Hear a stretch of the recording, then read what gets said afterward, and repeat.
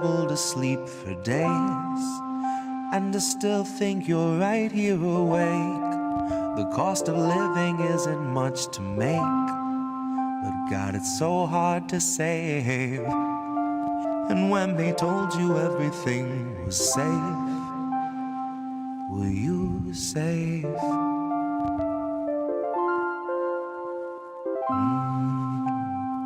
Were you safe?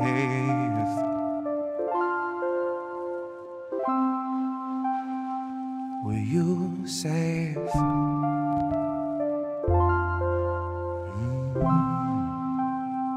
Were you safe?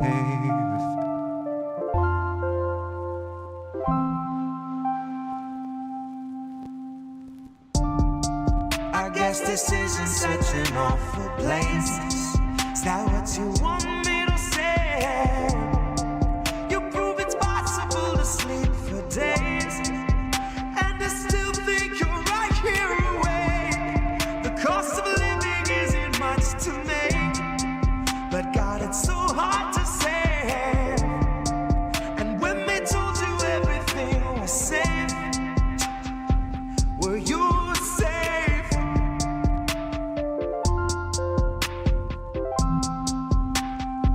Were you safe?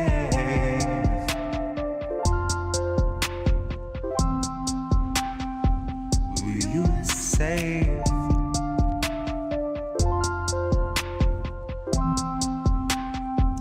Were you safe? Fresh off the masses, the brand new cancerous growth, who has come here to vie for your vote. Come here to cry at the camps and to mourn at the shore for the bodies that float by the wreck of an immigrant boat. Then it's back to their luxury home, couple security booths and a moat. Couple cigars, little escargot, little booze and a soak. Just breathe in the steam and the smoke. Pink salt, lavender, candles are low. Shit, when you do what you do, gotta lighten the load. And he got a life of his own that's a sight to behold. And it's a lot to control, to decipher the code or to siphon the soul. The cost of a good night's sleep for the working elite is a bargain, no matter the toll. Worth any wager, and that comes straight from the mouth of the means to the goal that will swallow us whole. Ripe for the picking if you don't mind mold, and you know I don't. Maybe we're pleasantly prone, maybe we're taking a licking, compliantly ticking and ticking and ticking, but never explode. No, I don't deliver the prettiest image, but damn if it isn't an accurate vision of natural fission, of rage at the system and abject heartbreak, patiently waiting for any who will listen. That little blue bird who was watching your words is a federal carrier pigeon, a Langley first. It's a patient observer who hears what it wants and is trained for the worst. Oh, you got nothing to hide.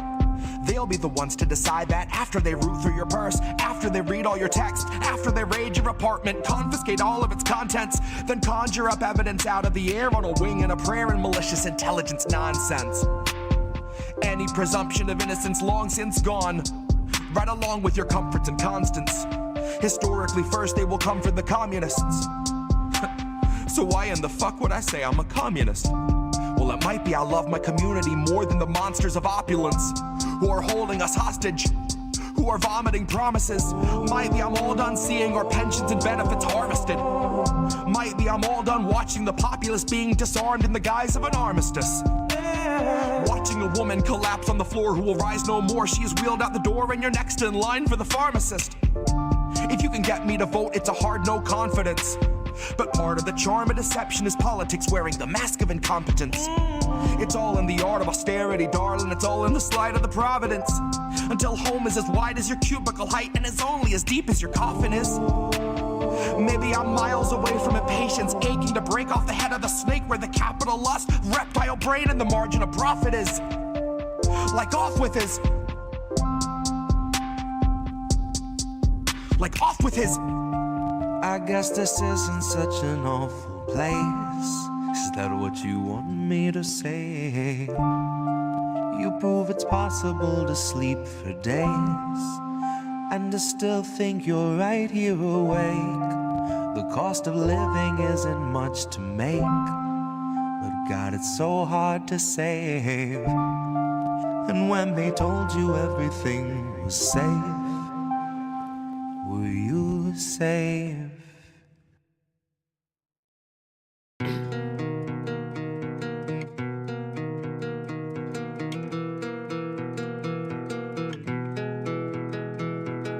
People, you don't think I see you crying in your cars, but I do. Sometimes I can feel it at a red light, someone at my side trying to muddle through. See them wiping their eyes in their rear view, like black hole sun in the sky. Why the fuck won't you come when I need you? Well, this moment in time is as close as we'll be and as far as I'll meet you. Two windows in between us, new moon in the house of Venus. One stranger who sees you and reads your features knows that your alibi might be tight, but it's not quite leak-proof.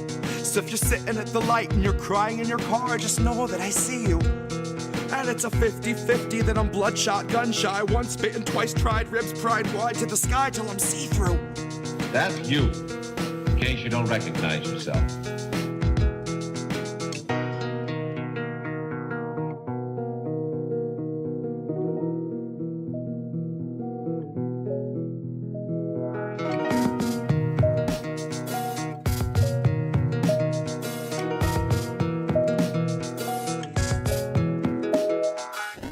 You don't think I see you struggling to breathe, but I do. I see you stumble in your everyday grief like I do. I try, but I do. I'm twice bitten too. My mind's split in two. My knuckles bright white from the 10 to the 2. And the song in my head is the theme for a fugue. A state of decay through the filter of corporate news, where they edit the grays and the blues. They whitewash the brown till they drown out the natural hues. And then it's just another fact to refuse, that the corporate ladder's for hanging the company noose. Consider it one of your perks, after all it's communal in use. So you can come and hang till your legs go limp and they're shaking you loose. Now you watch 5 co-workers opt for the alternate exit, neatly suspended above where you wolf down your food. And your company gets its incentives embellished by harping on wellness, suggesting you'd best take time for your mental health after your 14 hours are through. Like we gave you a bottle to piss in and fixed up a noose on the crossbeam. Christ, what more can we do? So if you struggle to breathe any moment that you aren't asleep, then remember, most of Americans fear for their savings, fear for their shelter, fear for their babies. You aren't the fringe of exception, but rather a perfect example of capital's rule. And you're far less alone than the ruling class tells you is true. You're far less alone than the ruling class tells you is true.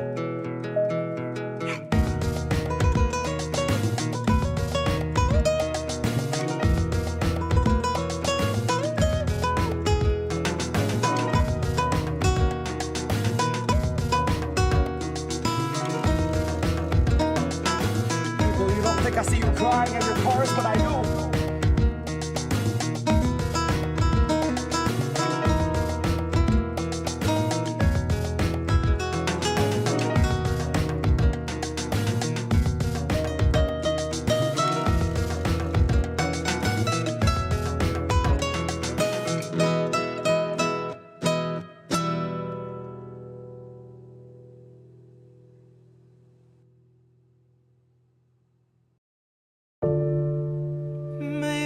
That's how it goes. We won't open our eyes, so we're the last ones to know. We're the last ones alive. Kept our enemies close. Wondered why we don't thrive while we're grasping at ghosts. Counting backwards from 5. Counting backwards from 5.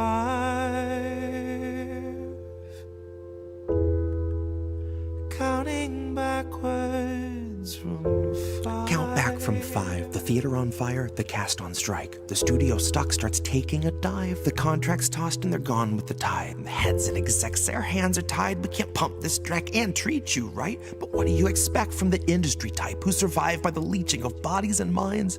From those who original thoughts never seem to find. So they're gonna reboot ALF before your wages rise. And it gives cause to pause and reflect on the times. If they're losing control of their fools and their mimes, when all those obedient actors who grew their careers by averting their eyes are now holding the line.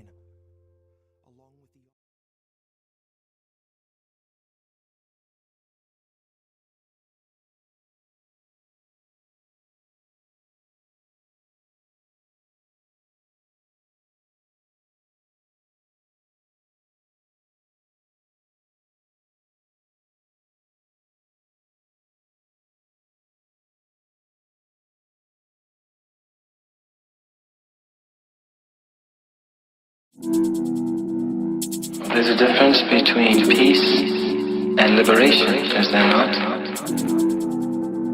You can have injustice and have peace. Isn't that correct? Have peace and be enslaved. Yes. So peace isn't the answer. No. Liberation is the answer.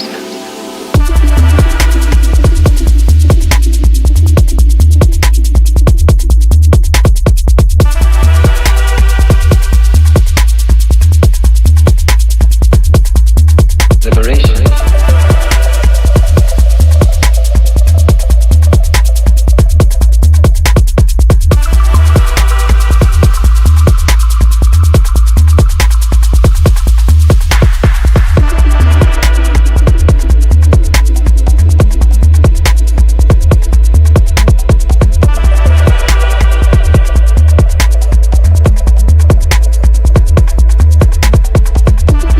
INN News.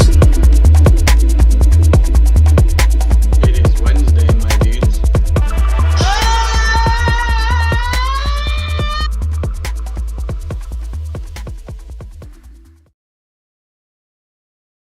What up, dudes? It's Wednesday. It's me, Reef. With me, as always, is Collin Radix-Carter, aka Care Bear. And welcome to INN News. Collin, what's up, dude? How you been, man? Not much. Can you fix the AC's screens? Yes. You want this? Yeah, there we go. Yes. And So I can see your handsome face. I fixing thumbnail. Your boy apparently messed up and put last week's thumbnail in. 174. No, Oh, I know what 175. happened. We didn't change the number on the Canva document. Oh. Oh. Okay. I'm fixing. Behind the Cool. scenes, folks, don't mind us. Yeah. Uh, We do this every week. You think we'd figure it out by now, you know? But whatevers. I guess we should go through the stories people actually we actually did. English. These stories. We brought them. We did them. What'd you bring this week? the damn thing. So you brought this to me. I think you saw Trinidad, so you're like, oh, Colin's family's from Trinidad, so he'll like this. But this is actually kind of a continuation of the story I talked about last week in regards to the bombing that's happening in the Caribbean that no one's talking about. Well, we have a little bit more information, and like I said, we hope to have DJ Joe Nice at some point before the end of the year talk more about this. But there are American troops are on the island right now conducting drills, which Maduro is kind of pissed off about for obvious reasons. So we'll get into that first tonight. And then later on tonight, I know you and Indy don't particularly like Truth Out. But wait, I actually, that's spelled wrong. I think, did I not change that? I spelled resurrected wrong. But I changed that. I thought I changed it on the slideshow. I guess Looks right to me. No, it's two R's. Okay. No, it's two R's. In resurrected. Yeah, I checked. Yeah. There's two R's. So in light of look, the reality is the ACA, Affordable Care Act, also known as Obamacare, is dying for all intents and purposes, whatever, contrary to what people might tell you. So the argument is, now that Democrats are somewhat complicit in its death, is this the case that they will now move into Medicare for all? I think we all know the answer to that, but we're going to talk about it anyway. And then what did you bring? Well, I brought over in Israel, they've decided to vote for the death penalty for Palestinian prisoners. So there's some intricacies to that because, of course, it doesn't apply to any Israeli terrorists held in their prisons. So that'll be interesting. And we're also going to cover the revolutions in Mexico. There seems to be more CIA color revolutions happening there as well. We've covered a few of those at this point, so I'm sure people will get some similarities there. But yeah, that's what I brought. So we're going to cover that. So hopefully that's what people want to see. Anyway, get started. I'm ready. So yeah, but before we do, Jacqueline in the chat, wow, off the gate, she's like, did the U.S. get permission of the leaders of Trinidad to conduct military exercises? We will see. We'll see. But we'll get into it together. But before we do, let's talk a little business. Good news. Maybe for some of you, depending where you are in the world and what you do, the government is open, at least for now. So everyone's back at work. Hopefully people have gotten their back pay, if not relatively soon. That being said, we more than understand that people are struggling. In addition to it being the holiday season, people are now buying gifts. People are now getting food for Thanksgiving next week and all the things if you're celebrating Thanksgiving or whatever. So we realize at this time of year, especially, money might be tight for many of you. And especially now, we would rather you use your money towards helping yourselves out, helping your neighbors out, helping your community out versus giving to us. We don't do this for money. We do this for truth. That being said, we will appreciate any donations that you give us in order to help us defray the costs of the programs that we need in order to run this show and other shows on the network for next year, because those bills will be coming up pretty soon. But we want to thank you guys for the giving that you did give to us this year in terms of helping us get into the black for the first time since we've run the show. We've also were able to help Jesse and Angel with new equipment this past year. So we more than immensely thank you. And also, we thank you because you kind of helped pay for our new intro. So for the show. So you've done a lot of things with your money that we're more appreciative for. So just kind of keep you accountable of what we're doing with your money. That being said, if you want to donate, you can scan if you're using a smartphone, you can scan the QR code, or you can go to the Ko-fi link. There we go. You can go to the Ko-fi link that you see at the bottom of your screen. If you forget the link, and if you're in YouTube chat and you're live, you can type in !donate, all one word. The Ko-fi link will pop up. You can click on it and you can give as little or as much as you can. And if you don't want to give through Ko-fi, you can give through Substack, PayPal, and Cash App. All those links will always be in the descriptions below.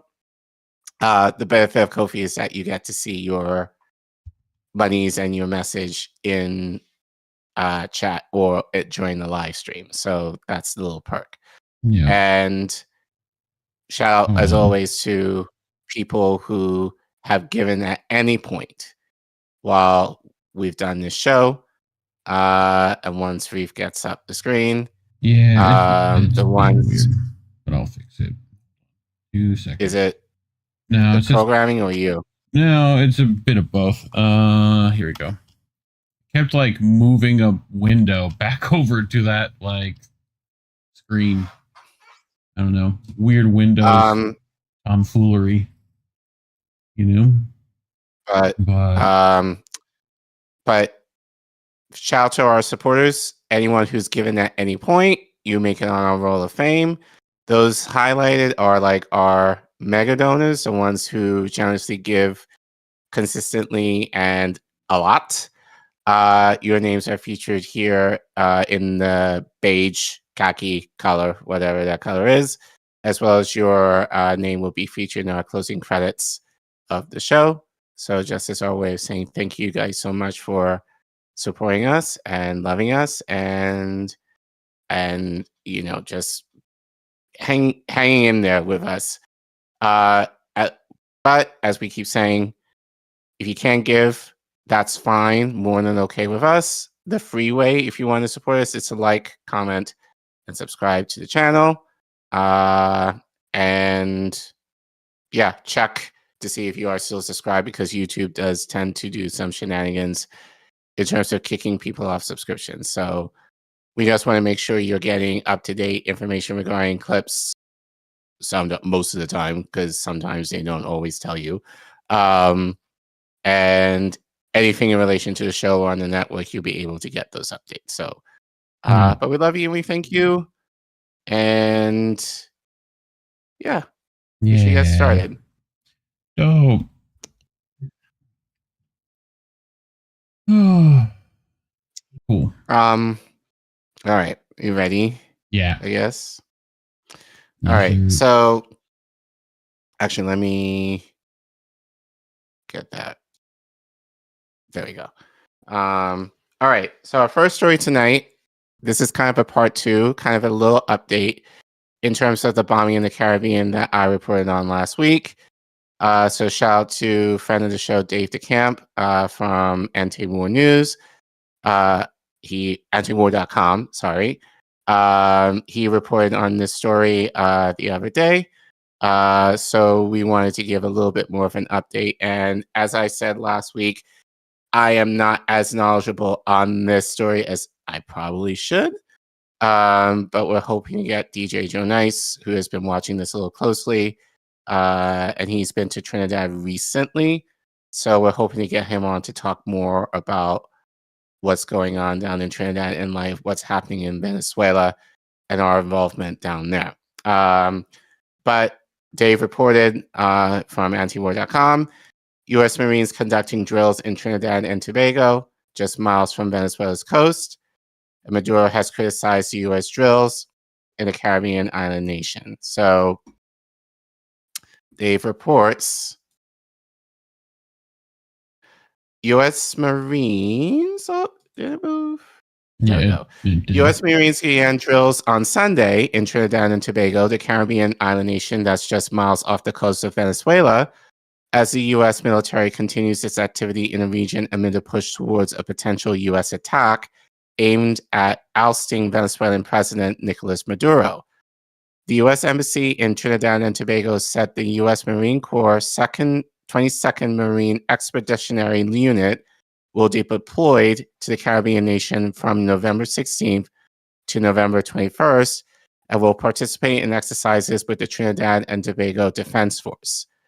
According to Task and Purpose, the deployment came after the Trinidadian Attorney General said the U.S. military would intensify its exercises in the country. The 22nd MEU has been in the Caribbean since it was deployed to the region with the Iwa Jama Amphibious Ready Group in August. Maduro has criticized the increasing U.S. drills in Trinidad and Tobago, calling them irresponsible and warning them against the U.S. push towards war. The people of Trinidad and Tobago will see if they continue allowing their waters and land to be used to greatly threaten the peace of the Caribbean, he said over the weekend. A U.S. aircraft carrier, the USS Gerald Ford, just arrived in the Caribbean, and according to the Washington Post, its fighter jet pilots have been studying Venezuela's air defenses as the Trump administration is considering bombing the country. Trump suggested on Sunday that his administration was in talks with the Maduro government. The U.S. has continued its bombing campaign against alleged drug-running boats in the region, which has received criticism from U.S. allies all over its clearly illegality under both U.S. and international law. But Trinidadian Prime Minister Kamala Persad-Bissara has strongly supported the campaign despite fears among her country's fishing community. Which is awful. Right. So to answer your question, Jacqueline, yes, in a matter of speaking, yes, they've gotten permission with Trinidad's complicity in this. They are allowing this to happen. Bodies of people believed to be killed in U.S. strikes have washed up in Trinidad and Tobago, and fishermen in the country have said the U.S. bombing campaign has them fearing for their lives and jobs. So Yeah. So again, kind of a continuation from last week. We know Dave writes very short articles. But yes, in a matter of speaking, Trinidad is being complicit in it in the guise of protection. When it's really just a means of their complicity in terms of, I think, well, I'll say this: Venezuela is known for their oil. We want their oil, so we're trying to stage a coup, military, or rather, regime change in Venezuela in order to access their resources. Trinidad is basically caught in the middle of it, and I guess their thinking is, or at least Prime Minister's thinking is, be nice to Trump and do whatever he wants. Otherwise, they'll go after Trinidad as well. And given its proximity to Venezuela, they don't want to get caught in the process necessarily in regards to this attempted regime change that is occurring in the country and in the region right now. So that's why we're having all these bombings, and we're saying, oh, it's drug cartels, when it's actually like, no, we just want your oil because we're greedy like that. I sent you this from Camila Escalante over at Casachun News. And, people in the Caribbean and Latin America are raising their collective voice to oppose the ongoing U.S. terror strikes and extrajudicial killings in the Caribbean Sea and in the Pacific. So she's been doing great work. I don't know this exact. She's at like this convention thing, I think, of like Latin American stuff. It might be I saw her in Colombia and stuff. I don't know. She's been putting together a lot. So go check out Camilla's Twitter. I think it's at Camilla Press. Is this a video clip? Yes, it is. Okay. I'm here at the CELAC Social, representing Puerto Rico. Here we're going to be discussing the zone of peace, which is very important. Yeah, in Colombia, in Santa Marta. In the zone of peace. As long as Puerto Rico remains a colony of the United States, we will always be used as a U.S. Military base to be able to invade other countries, as we're seeing right now with Venezuela. Over 15,000 troops are stationed in Puerto Rico across the islands with various ships and warplanes that are getting ready to attack, as we're already seeing happen in the Caribbean. We're at this third summit that began in Argentina, followed by Honduras, continues honorably in Colombia to continue to ensure sovereignty and peace. Peace within, but with above all unification. For starters, Colombia and Venezuela are one and the same. But looks like they're pulling together, which is nice. Those 70 people were killed without due process, which are extrajudicial executions that need to be called what it is: summary executions, because they are normalizing extermination. They want to normalize genocide the way they did in Gaza, and now they intend to do it on the Caribbean coast. In other words, it's not just a threat, it's an escalation that we must stop with all our might. Standing in solidarity with Venezuela is standing in solidarity with the people of this region and indeed the people of the world. We have a criminal government in the form of the United States of America that's responsible for 95% of all of the criminality on this planet. It could be Venezuela today and your nation tomorrow. We do not want to build a continent on the basis of death and war. Our America is a continent from which we have come to defend the sovereignty, independence, and right to self-determination of our peoples. We hope that this summit, which brings together more than 1,200 national and international delegates, can raise its voice to reject the presence and the presence of the country that's been the greatest promoter of wars globally, as the United States has been. We face an imminent threat posed by the U.S. with its fleet in the Caribbean, posed by the U.S. We know that they're coming for our resources. The former head of U.S. Southern Command, Laura Richardson, said as much a few years ago when she said they were coming for lithium, the oil, and the water reserves in South America. And confession is proof, as we lawyers say. Why? They already confessed for why they're coming today. What we must do is prioritize unity. To live in peace. The people of this region want to live in peace. We don't want to see people being arbitrarily subjected to the whims of a government that decides it has the right of life and death. We need to be sure that we have solidarity amongst all of our people across the region to be able to fight what is the biggest threat to humanity today, which is U.S. imperialism and U.S. militarization.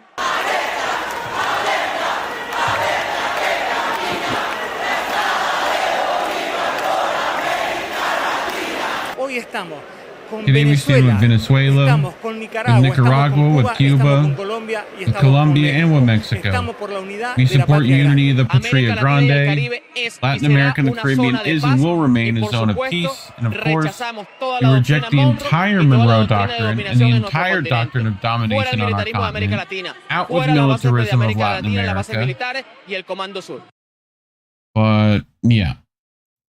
So, thoughts?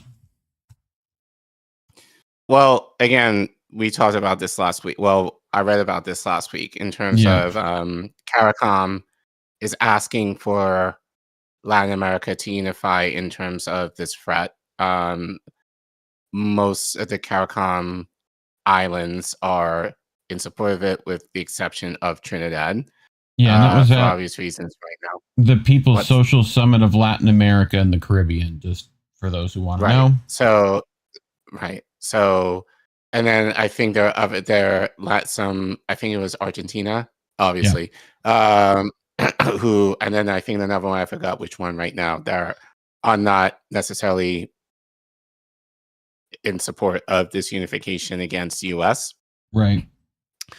But yeah, it's calling it out for what it is. It's the idea of exploitation of resources in Venezuela. And attempting to perform a coup in order to have regime change. Yep. I would argue within now in America. Like I think Venezuela is just the entry point to which the U.S. is able to try to overtake their government and their resources. And they're right. This is all resource management, and it feels like all the places with real resources don't have a lot of allies right now, Right. Like, it doesn't feel like China and Russia are helping very much, especially in Africa and South America, especially in Palestine, with what we learned recently this week. So, it seems like the global powers have their own resources they're trying to manage, Mm-hmm. So, which clouds their judgment to the long-term thinking.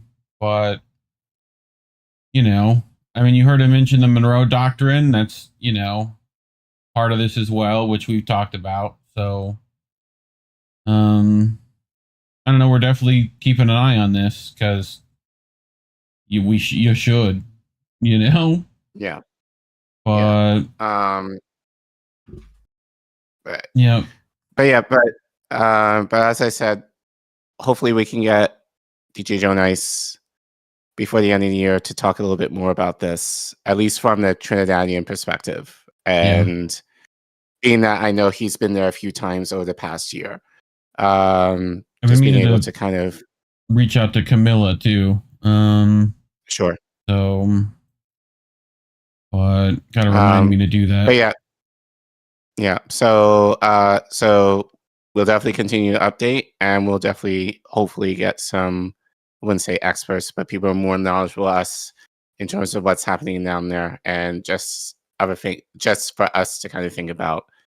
I think it's definitely easy to kind of be isolating right now in terms of what we're going through in this country right now. But as we keep saying, foreign policy is domestic policy. So we want to be aware of what's happening with our brothers and sisters globally, so we can be in solidarity, or at least make the attempt to be in solidarity with them when necessary.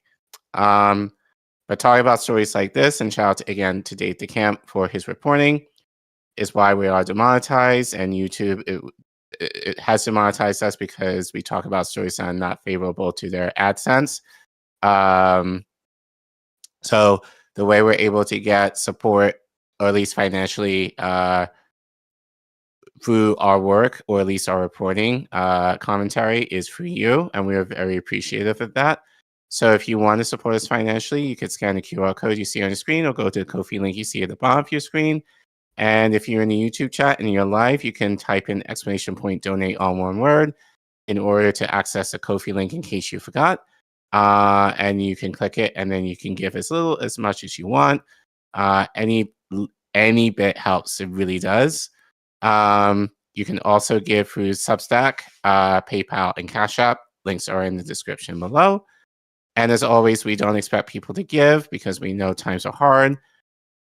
If you want to support us the free way, you can like, subscribe, and share our content to help us fight the suppression in YouTube, and make sure you leave a comment. If I'll just ask this: if there's anyone that you believe that we should talk to besides Camilla and Joe in terms of what's happening in the region, Caribbean and Latin America right now, let us know in the comments. We will try and get them on the show. And help us get to 3K. I think we're around 350 shy. So maybe, possibly by the end of the year, we're able to get that. Yeah. Maybe. As a nice Christmas present. Would Maybe. be nice. So share this around. Convince your friends to subscribe. So. Or at least share this clip so that people can learn. Yeah, exactly. A little something. Exactly. You know what to do. And thanks for watching. Yeah. Yeah. Thank you. We did it. We did it. Chat. How's chat holding up? Angel Rivera, for sure. It's a color revolution attempt in Mexico. How former President Vicente Fox was at the protests. We'll definitely be talking about that in our last story. So, but the Talking Wombat over on Substack. Rumor has it the Monroe Doctrine was drafted by Marilyn Monroe herself. I think that'd be a much different doctrine if she did it. Yeah. I'm just guessing. Right. But might be a little different. Wombat, let me know what that doctrine would actually have in it. Like bustiers for everyone. I feel like something like that. Fucking a good red lip must be worn on Sunday. I don't know. Anyway, we should get to our next one, Care Bear. Yes. Which I don't know if you've heard about this, but we know this guy, fucking Dirtbag Ben Gvir, right? Mm-hmm. Well, him and his political party decided to try throwing some bills around this week. So, what kind of bills, you may ask? Well, Israel wants to implement the death penalty for Palestinian prisoners, and here's what you need to know. So this is from Monda Weiss Kassam Muadi, November 12th, not too long ago. But Israel is one step closer to passing a law that would allow Israeli courts to sentence Palestinian prisoners to death. On Monday, the Israeli Knesset passed the bill in a first reading with a majority of 39 votes in favor against 16 in opposition. 39 to 16, Care Bear. What's the percentages on that? What's the mathology? 39, 16. That's a super majority, I do believe. Sure. At least. So the bill was presented as exceptional law under a special status that allows it to be passed only with the majority of votes cast and not the majority of the Knesset members, which is why absentees and abstentions were not counted. It still needs to pass 2 more readings before entering into force. The law applies to individuals who are convicted for acts that led to the death of Israelis. if the acts were motivated by racism or hostility towards the public and committed with the objective of harming the state of Israel or the rebirth of the Jewish people. So whatever the fuck they want is what it sounds like, no? Like, pretty broad brush we're painting with. Like, not that I expect anything less from a fucking Israel at this point, but making it acceptably exclusive to Palestinians. We'll get to Har Malek in a bit. It was introduced by Knesset member Limor Son Har Malek from the ultra-nationalist Jewish Power Party, with a strong support base by Israeli settlers in the occupied West Bank, like Har Malek herself. So, the party is led by Itamar Ben-Gvir, key ally of Benjamin Netanyahu's government coalition. The death penalty for Palestinian prisoners has been a main political demand of Ben-Gvir, who has been behind the worsening of detention conditions of Palestinian prisoners in recent years. Israel does have the death penalty in its law, but has only been considered applicable in rare situations of grave crimes like genocide, and was applied once in 1962 against former Nazi officer Adolf Eichmann. The new law introduces 3 new stipulations which indicate the intention is to use the death penalty on Palestinians. First, the bill's wording allows the death penalty on individuals convicted of killing Israelis on nationalistic or racist grounds. This limits its application to non-Israelis and employs the euphemism of nationalistic crimes, which is commonly used to describe Palestinian attacks against Israelis. Second, since it applies to Palestinians in the occupied territory, it gives Israel military courts, who are the ones who use penal sentences against Palestinians under occupation, the power to put Palestinians to death. Third, it allows the death sentence to be given with a simple majority of judges and not by consensus.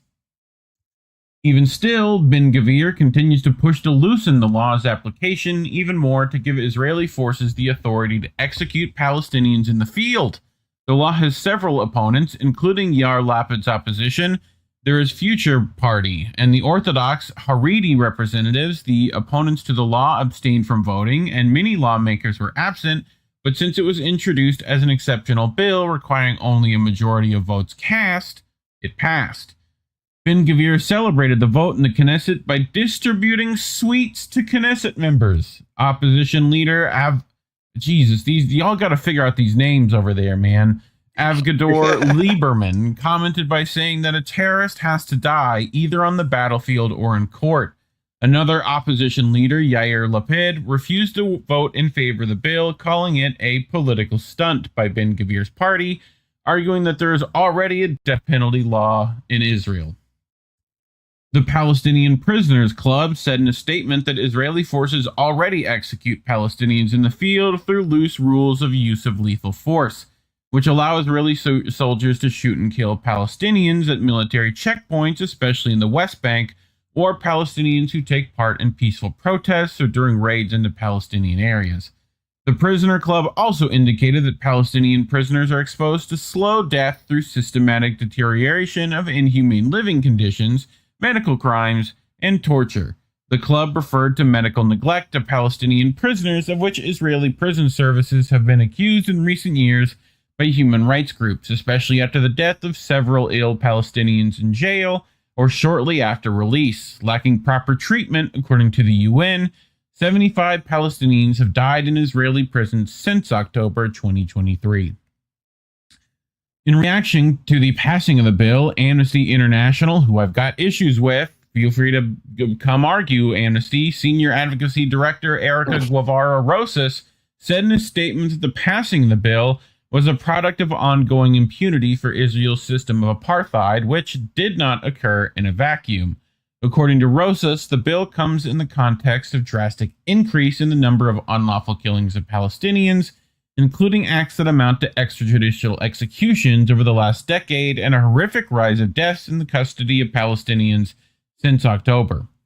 The bill's stipulation that courts should impose the death penalty on individuals convicted of nationally motivated murder with the intent of harming the state of Israel or the rebirth of the Jewish people is yet another blatant manifestation of Israel's institutionalized discrimination against Palestinians a key pillar of Israel's apartheid system in law and in practice.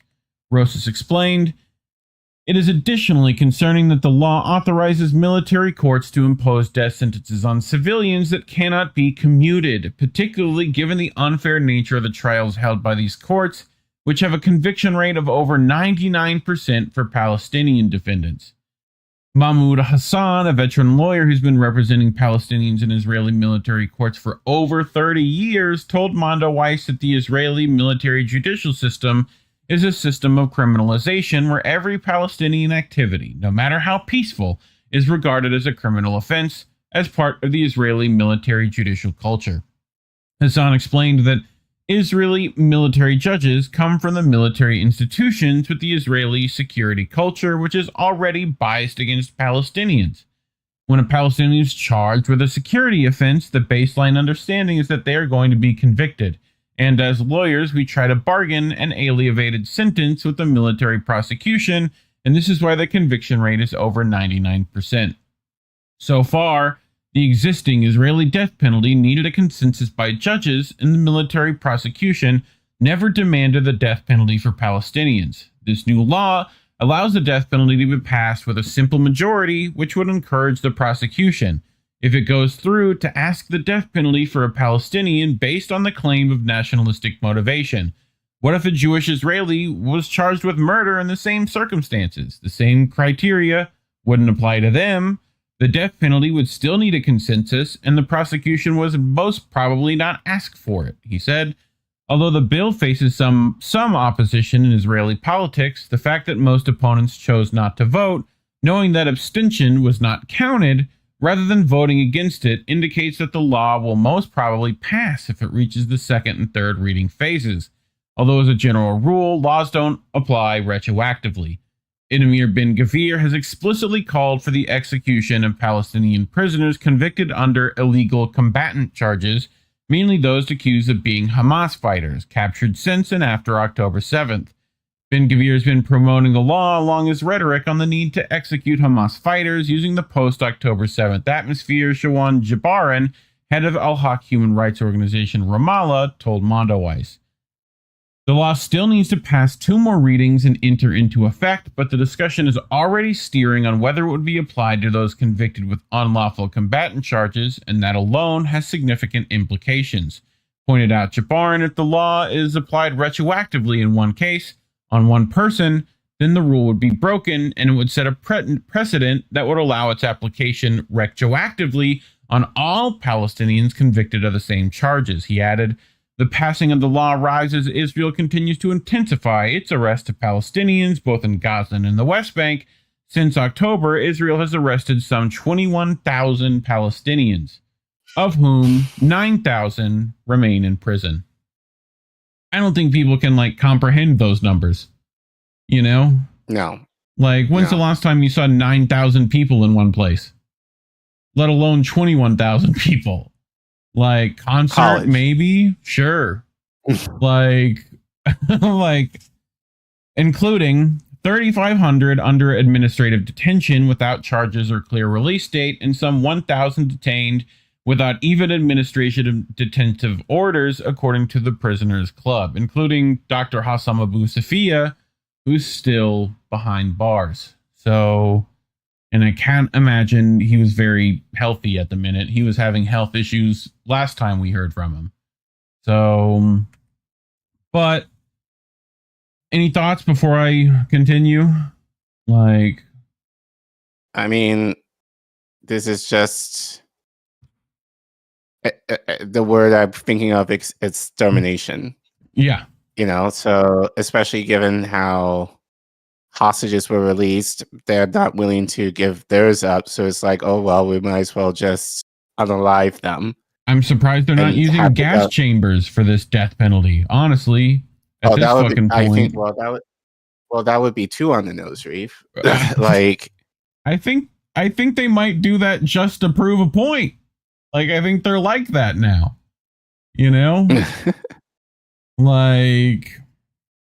Anyway. So Ben-Gvir called for the targeted killing of senior Palestinian Authority officials if the United Nations advances a resolution implying a pathway to Palestinian statehood. Speaking at a meeting of his Atzma Yehut party, Ben Gvir stated that if the UN accelerates the recognition of a Palestinian state, orders must be given for targeted killings of senior Palestinian Authority officials who are terrorists in every respect, as well as an order for the arrest of Abu Mazen, otherwise known as Mahmoud Abbas. He has also claimed that a solitary confinement cell was ready for Abbas at Kizlat prison. These comments were made on November 17th, ahead of a UN Security Council vote on a U.S. drafted resolution, which I think that one passed, didn't it? Not the one with the statehood pathway. Like, I think they took that out. But one of them recently, like with China and Russia, like abstaining their vote, you know? Mm-hmm. But this to me sounds more like blackmail almost, especially when we're talking about the PA, right? Like everyone knows Mahmoud Abbas works with the Zionists. So like it's a bit more of like, you better be fucking doing what I say for a lot longer, you know? So, but anyway, so I said we'd also talk about, what's this name's lady? Sanhar Malek, right? Who initiated this bill, right? And this is out of Middle East Eye that Arza Dale is reposting for us. But again, she initiated this bill, right? Those who harm the state of Israel, right? That's who it applies to. And will exclude Jews. When asked whether the law would apply to Jewish attackers, MK Lamore's son, Harlem Malak, said, "There's no such thing as a Jewish terrorist." End quote. On Monday, an Israeli panel approved the bill, which introduced the death penalty for Palestinian prisoners. The proposal tabled by Ben Gvir, right, talks about the nationalistic grounds. Legislation does not apply to Israelis who killed Palestinians under similar circumstances. Defending the bill, Harm Malek insisted that it is very clear and unequivocal. There's a simple truth. A dead terrorist is a terrorist who won't return to the cycle of terror, she added. Yeah, it's worked out so well when you killed all the other ones, huh? The Knesset member further accused ex-Israeli Army legal chief Yifat Tamar Yerushalmi, who is currently under investigation for leaking footage apparently showing Israeli soldiers raping a Palestinian detainee, of lying and deceiving. The Knesset Foreign Affairs and Defense Committee. Putting out a video is apparently lying and deceiving now, Collin. I didn't know if you knew, but we talked about how she's been rounded up and harassed legally, right? So she wanted to show the world and the public that our soldiers are rapists and immoral, and that's what she did. Well, if the fucking shoe fits, huh? It's not fucking hard, is it?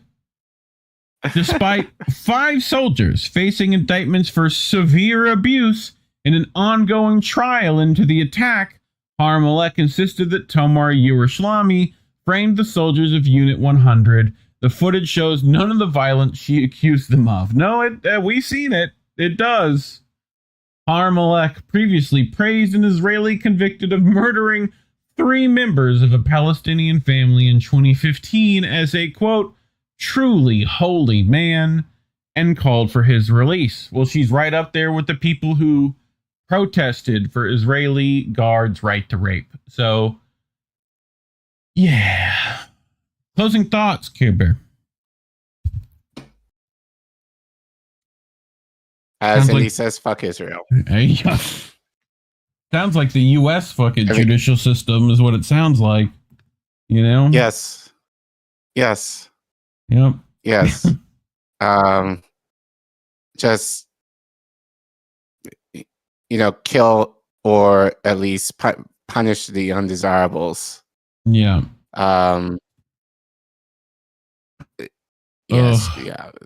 What more needs to be said that I already haven't said many, many, many, many, many times done. Yep.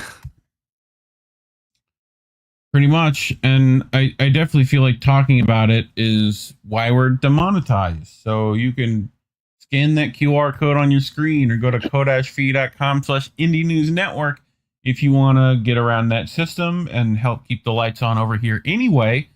But if you can't give monetarily, times are tough, holidays are coming, like and subscribe. Share this video. The only way you fight suppression, and leave a comment. Let us know what you think. Otherwise, thanks for watching. Thank you. We did it. We did it. What do we got? We got Sean the Accord Lord in the chat. Who said, and I'll pull it up. Where's it at? I just had it. Really? So terrorism laws, but only for Palestinians? Yeah, that's what do you expect? Like, yeah, you are the terrorists. Right. Everyone else is the terrorists. Are we the baddies? No, it's everyone else. So, Jacqueline said, watch an interesting interview with Jamal Taurus and Kit Clarenberg talking about the isn't real treatment of Palestinian prisoners and illegal organ harvesting. Yep.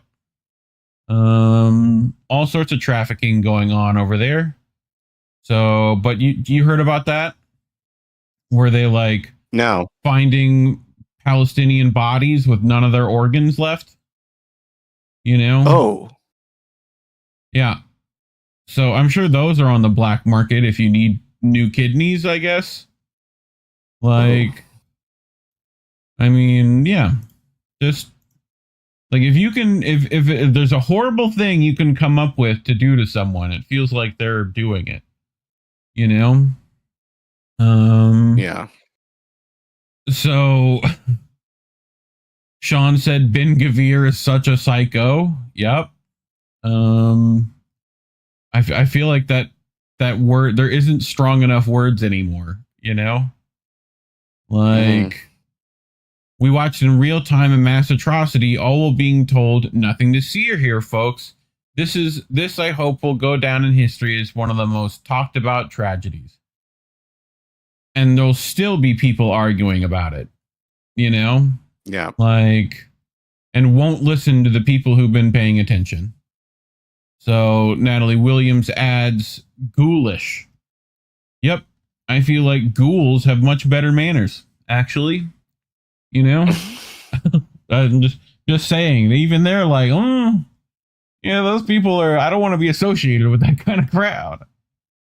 So anyway, you ready for next one? I ready. Yeah. Julio. I could be a short episode today. That's okay. There really isn't much going on in the world besides Epstein files, whatever. Yeah. So yeah, I have it fixed here. I didn't fix it on the main for some reason. All right. So you guys are very smart. So I don't think I need to explain this all too much. I think you all know the answer to this, or at least the potential what the answer could be in reading my title here. But I not to say it's important, but I do think it's kind of interesting to kind of think about in terms of where the idea of healthcare. I think that is a valid question moving forward now, is where is the topic of healthcare going to go? Knowing, unless by and large, I wouldn't say a miracle, but like maybe a miracle, who knows? I don't know. If the ACA manages to survive past the end of the year. Given that. Who are these people? Oh, thanks, Jax, Jax, for $5. You're so nice. We love you. Yeah. But But yeah, I wouldn't be surprised. I'll get more into it later, but I wouldn't be surprised if, you know, how Democrats were about healthcare back in 2016 for sure. Right. And not so much, well, and 2020. Not so much in this past election, but presidential. But Yeah. maybe we will see, because I've made the argument now, I think the catchphrase is going to be affordability moving forward. Yeah, it's always been that. You know? Well, no, but I think that, right, but I think they're going to be blatant. I think I will see this more of the Democrats, how they're going to beat us over the head with it over the next couple of years, which kind of goes into this, especially if the ACA is, as I said, on its last legs. The code word affordability is going to be probably going to pop up. Accord Lord also. Accord Lord. Y'all are being extra nice today.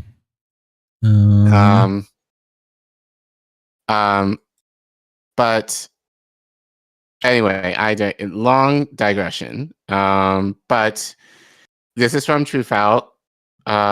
Wait. Did it go? Did it not move? There it goes. There we go. No, you guys are not a fan of Truthout, but yeah, especially Sam Rosenthal. But this is shit list. Well, yeah, right. But this is an op-ed, so we'll critique it where it needs it, like to be exactly. But again, you guys are very smart, so I don't think I need to say that much, and you probably can figure this out on your own. But Sam Rosenthal writes, or at least he titles this article, "Could the disruption of the ACA force Democrats to champion Medicare for all?"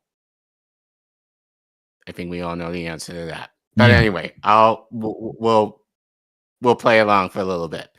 After caving on the shutdown and letting the GOP gut the Affordable Care Act, Democrats must chart a new health policy. Newsflash, Sam, they fucking won't.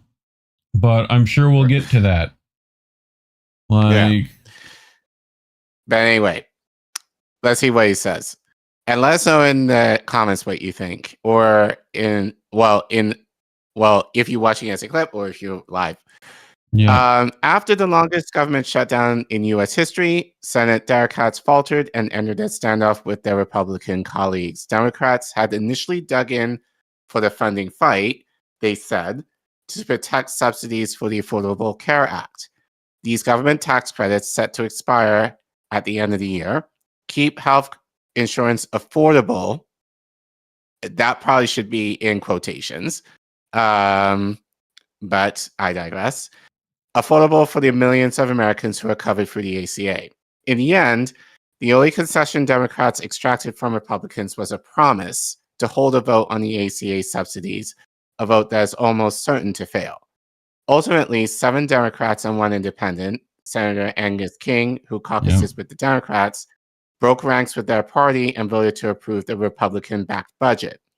Why these Democrats chose to cave and why they did so at this juncture has mystified observers and fellow party members. To begin with, Democrats saw some of their strongest electoral results from either Trump era on election night, sweeping gubernatorial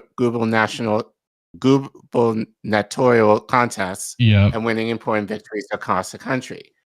There should have been a strong sense that momentum was on the party's side. At the same time, polling showed that Democrats were winning the messaging battle over the shutdown, with more voters blaming Republicans than Democrats for the standstill. Trump's approval rating had also fallen to the lowest point of his second term, even dipping below the lowest moments of his first. Among the Democratic base, fighting for the ACA subsidies was popular, with more than 80% of Democrats backing the standoff, even as Republicans ratcheted up public pressure by ending SNAP benefits and canceling flights.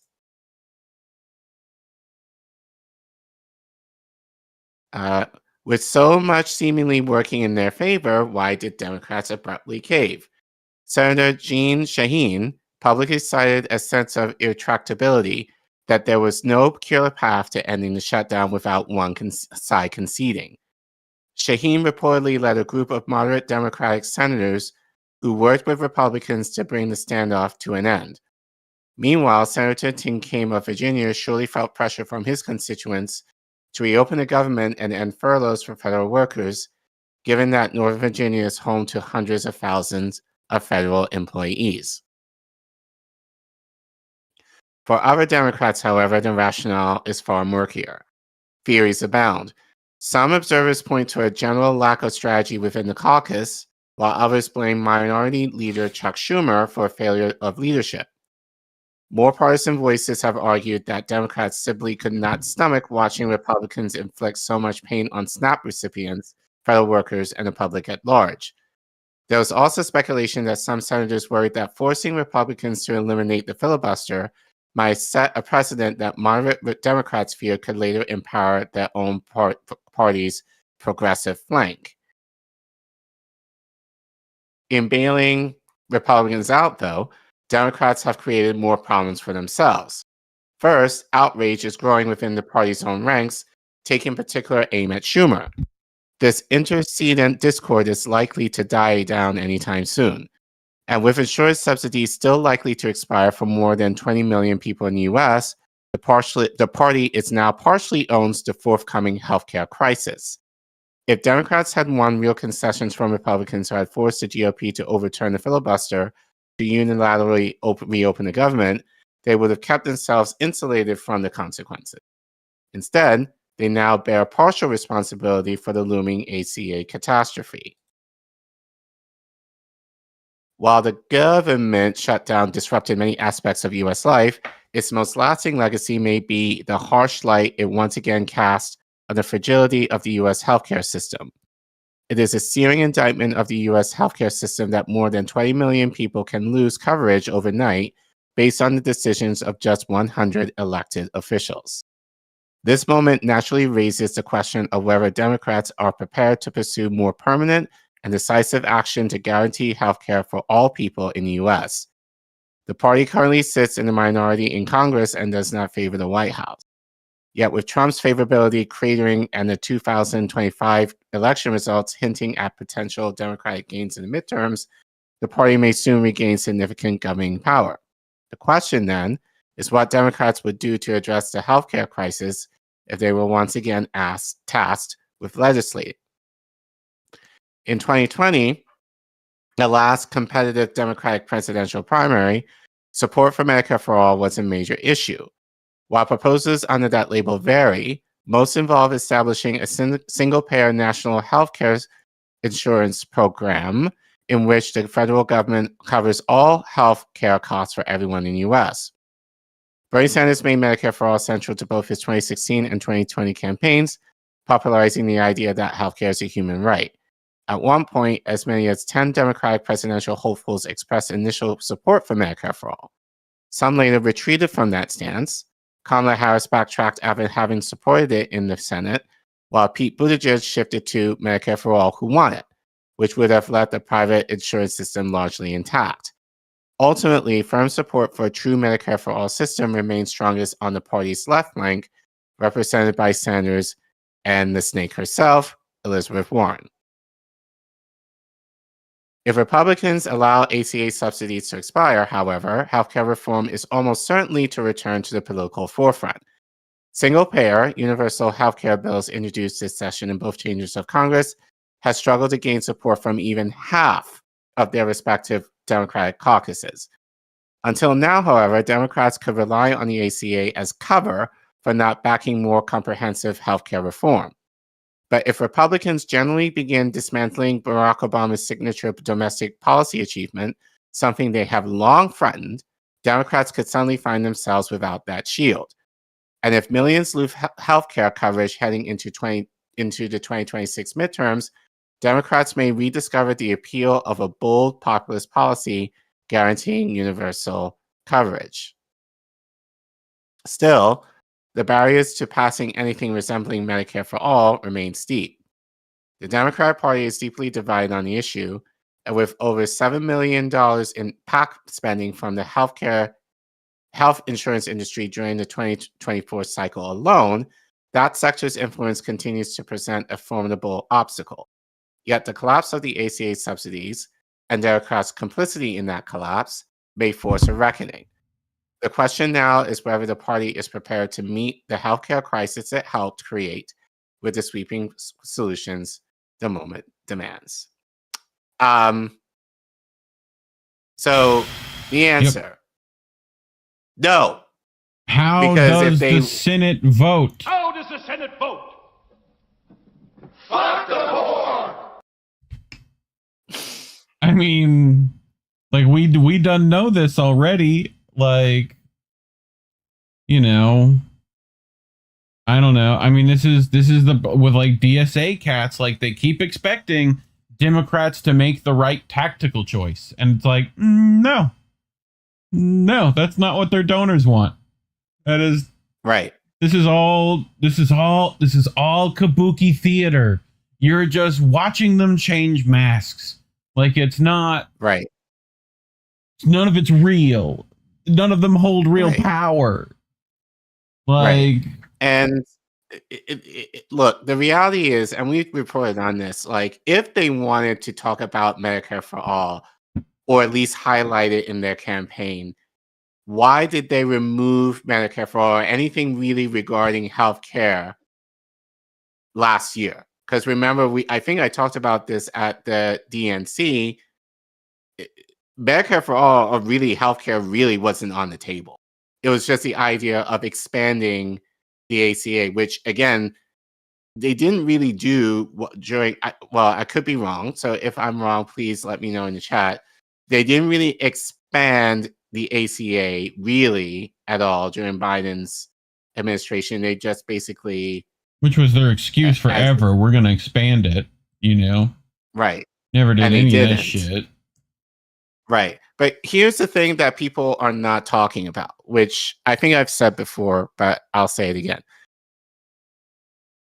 Again, they talk about affordability like we need government subsidies in order to make healthcare affordable. Well, my argument is if you need a subsidy to make it affordable, it's not to begin with. Right. Right? Because it's nothing more than a tax credit that the government is paying you in order for you to get the healthcare, which may or may not be affordable. And affordable is a very broad concept. Like what is affordable to me may not necessarily be affordable to you. So it's still the idea of, you know, like, and I see this a lot in public transportation. I think I mentioned this to you before, because often enough in this country, your fare, whatever you pay for, like I'm talking like in cities, like your fare, whether you're taking the subway or the bus, more often than not, depending on the state/city, is covered by a subsidy. So if you were paying like true price, you'll probably be paying like 3 times as much compared to what you're paying now just to take a one-way ride, subway ride, or bus ride. Which it's not like that infrastructure is very good anymore anyway, because it's never gotten any government funding in ages, you know? Right. So it's more of a justification of you would be paying way more for probably shittier service relatively depending on where you are. Yeah. But again, it's and this is what I'm scared of, and I mentioned this, like they're going to use affordability over your head. Like we know Republicans don't have a plan. You know, they do. They had the Mitt Romney plan. What happened to it? Oh, wait. It became the fucking ACA. That's what happened. Right. Like, so they got a plan. They just took out their own plan. This is my, you know, and like even Medicare for all, like in the ways that Bernie Sanders wishes to implement it, is a half measure at best. You know, it's definitely not full, you know, socialized healthcare. Like, but it's also like, I don't know. This is also like a bit just like DC brain, or like following politics brain, where it's like, you know, the intricacies of like, you know, was it Chuck Schumer? Was it this person or that? Like, you know, while somehow I think missing the actual corruption. Well, it's all the above, really. Yeah. Like, I'm sure. Yeah. Like, number one, the way that these senators basically tanked, basically fell in line with Republicans, all of them are either going to retire or are up for re-election, I believe, in 2028, 2030. So they're hoping, you're probably going to forget by that point, which I don't, number one. Number two, Schumer sucks anyway, so he probably doesn't give a care. Number three, probably more importantly, I'm sure the airline industry were like, look, end this shit because we're losing money. Like, we're heading into Thanksgiving. People are like canceling their flights home. We can't continue bleeding out over your squabble. End it. I'm sure they were having those I'm sure their donors were having those conversations with both parties really a couple of weeks ago regarding the shutdown. So yeah, I think it's all the above. So it's not really a mystery, but I think the mystery is what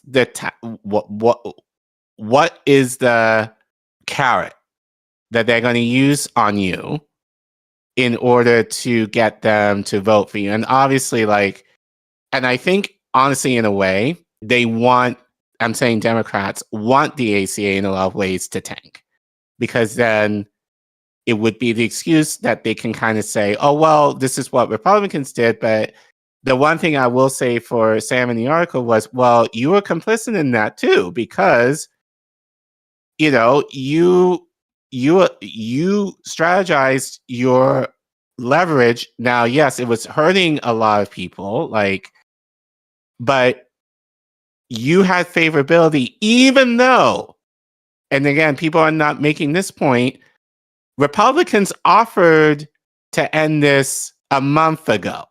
Right.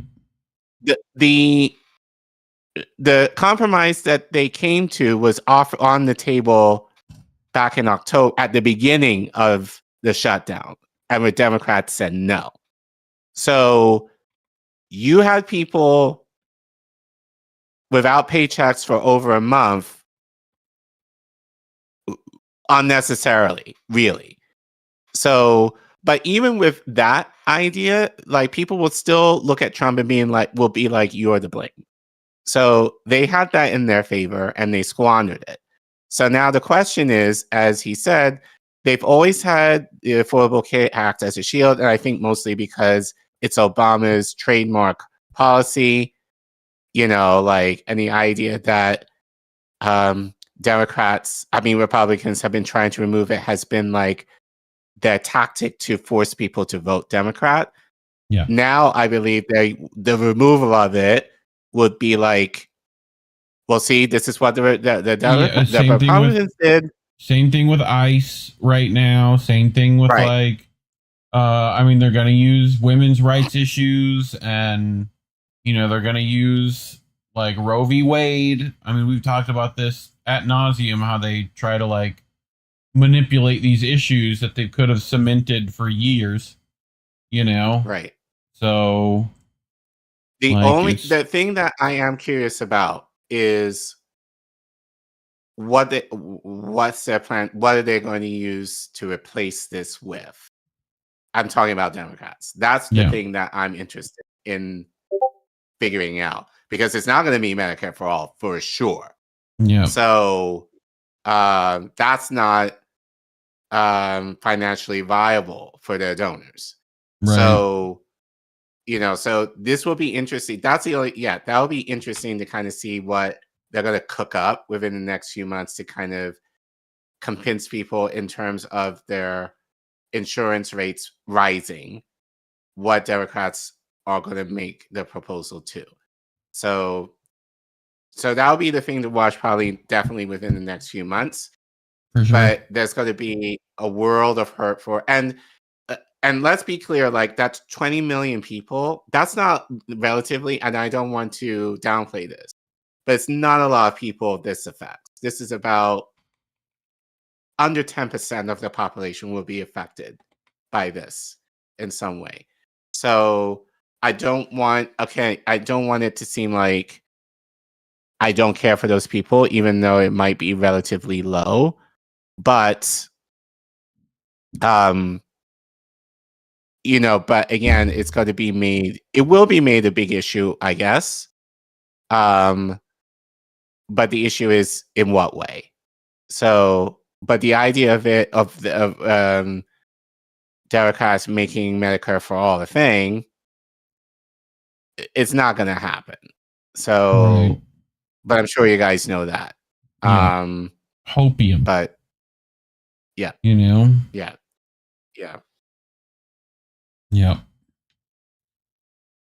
Anything else? But yeah, I'm done with that. I'm done with that. I think that's, again, it was obvious, but I think it's a little worth talking about. But I do suspect there's going to be a lot more talk about it now. But again, it's not even for the benefit of people. It's basically for the benefit of the party. It's to what is the new shield that they're trying to bring up now, that this shield that they've had for a long time is now in danger of being dismantled. So that's what I'm more interested in, is what they're going to come up with next to convince people to vote for them, but then kind of giving like the compromise of a compromise of a compromise of a plan that's still going to benefit their donors, but how they're going to twist it to make it seem like it's going to benefit you in some way. It's a little closer to what you should have, but we're not going to do it because it's just too hard. Or we need bipartisanship in order to get things done. That's what they always say. At least Democrats, that's what they always say. So, but yeah, we'll see. But but regardless, I'm sure YouTube wouldn't demonetize us for a story like that. But regardless, they have. So if you want to support us financially, you can you can scan the QR code that you see on your screen, or you can go to the Ko-fi link that you see at the bottom of your screen. And if you just forgot, that's fine. If you're in the YouTube chat and you're watching this live, you can type in !donate, all one word, and the Ko-fi link will pop up, and you can give right there on the link. We'll also take donations via Substack, PayPal, and Cash App. Links are in the description below. And let us know in the comments, whether you're watching as a clip or live, what you think. Is your insurance rates going up? What does it look like for you in terms of your budget in paying for health insurance come next year? And what do you think the Democrats will do in order to appease the masses into voting for them, knowing the possibility of the ACA being dismantled in some way, shape, or form? Let us know. It's sad that we allegedly live in the richest country in the world, and we still have, it's not that they haven't figured it out. They're choosing not to figure this out because they're bought and sold by corporations that want to profit off your sickness versus trying to make you well. I don't know. I don't know, but let us know what you think in the comments. And thank you for watching. Yeah. Coolio. Let me check chat. Some people hanging over on the Substack. Let me scroll back up. I think Topher, my insurance goes from $50 a month after $400 subsidy. Then they even canceled the silver plan I had and left me with the gold as my only option for $800 a month. So I've been cutting my medication. Jesus Not good. Christ. Not good. like Earl of just Laurel. for a second. Yeah. Just as a second, like so last night when we were prepping, we were talking about your weight loss journey. Sure. If you don't like, but I thought about this a lot, and it's like, well, this morning, and it's like, well, just to be well, and like, everyone should do that. So Costs that in so of much itself, to but do. yeah, right. But it's like it's almost now like you have to, because you can't rely on, if you get sick, that you're going to be taken care of. Yep. Like, yeah. I mean, they make health is so wage dependent. Like, Right. the best food for you, most expensive. Like, gym memberships, crazy price. Especially if you're going to get like a trainer, whatever. Like, I mean, for most people, I would say they can't afford to do that. Even in a fairly cheap gym. Like, right now, I have my personal trainer. I have a new one. Yeah. I'm paying a lot of money for him. But it's worth it, obviously. But most people cannot afford, and I will just say this within the fitness industry, because I see a lot of these assholes online basically being like making fun of fat people who are trying to get themselves, which is silly. ready, and like, and they charge. I saw like a fitness guy who was charging. He basically said, I'm only allowing people. I'm only training people who make six figures. So, which for me as a person who makes six figures, I called him out, and I was like, so you're basically gatekeeping people who are trying to be well. In terms like, now, I kind of got what he was saying, because he wants to make sure that people can afford it, which to a point, I understand that. But like, don't be so crass about that. Like, like, and then he had some words to me or whatever. And like, I was like, well, fuck you. Like, you weren't getting my services anyway. But yeah, but it's like, the idea of fitness is so gate, and like, which is kind of disgusting. And I think social media has made it worse. Like, it's gate kept with people who are able to afford it. You have to pay for a gym membership. Usually, if you have access to a gym that you're able to get to, like, I am very fortunate that my gym is a 15-minute walk from my house. I'm very fortunate that I'm able to pay my membership as well as this personal trainer for the next few months in order to help me lose the last bit of weight. But that's not the reality for everybody. But we all need to be well. We all need to be healthy, like at minimum, so we're able to live our lives and work. And then the idea that like, you can't even necessarily do that in order to be well, and God forbid if something happens to you, you can't afford to get well. So it's basically the idea of like, do what you need to do in order not to get sick. Yeah, I'd have to rely on Which I like think a is GoFundMe or whatever, like if anything happened, which is like pretty much people's healthcare plans right now, Right. So, like, I mean, I've talked at nauseum about things like, cooperative gyms that people get together and, someone with space who can have the equipment, y'all share the wealth that way, but right. Like food's expensive. I mean, it costs so much to exist anymore, Right. Earl of Laurel, United States of blackmail. Both parties close the government and then blame each other until we all give up. Yup. Natalie Williams, why don't we just blame widespread corruption? It is one of the reasons, yes. What else we got? Jacqueline, getting medical insurance in the U.S. sounds about the same as buying a lottery ticket. It's a gamble, So, right. Yeah. nutty.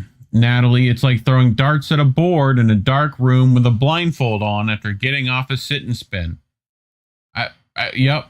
And they always, why is it always, medical system in the States is just, everything is just hoops to jump through. Everything. Yeah. Like, yeah. Even if you've got all your bases covered, just doing the act of like going to a general care physician, like, you know, you got to call, you got to get a schedule, you got to, you know, like it's always ridiculous. Always. Like, and then getting your medications is a fucking hassle on top of that. Like, over shit your doctor told you need. You know, you got to fight with your insurance company to cover it. It's fucking stupid. Right. Like, I have to get TMI. I have to get a colonoscopy in a couple of months. Sure. I don't even want to know how much that's going to cost. Like, I think the algorithm, my algorithm kind of clued me in, and they showed me a clip of a guy in Canada who got a colonoscopy. I think after all was said and done with his insurance up there, I think he only had to pay, I want to say, about $400 for it. Yeah. With his insurance, which is reasonable.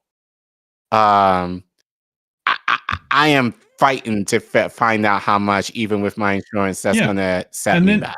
Go look up how much a colonoscopy costs anywhere else. Right. That's the thing. It was cheaper to do it over. Right. It was cheaper to do it up there for him than it's probably going to be for me down here.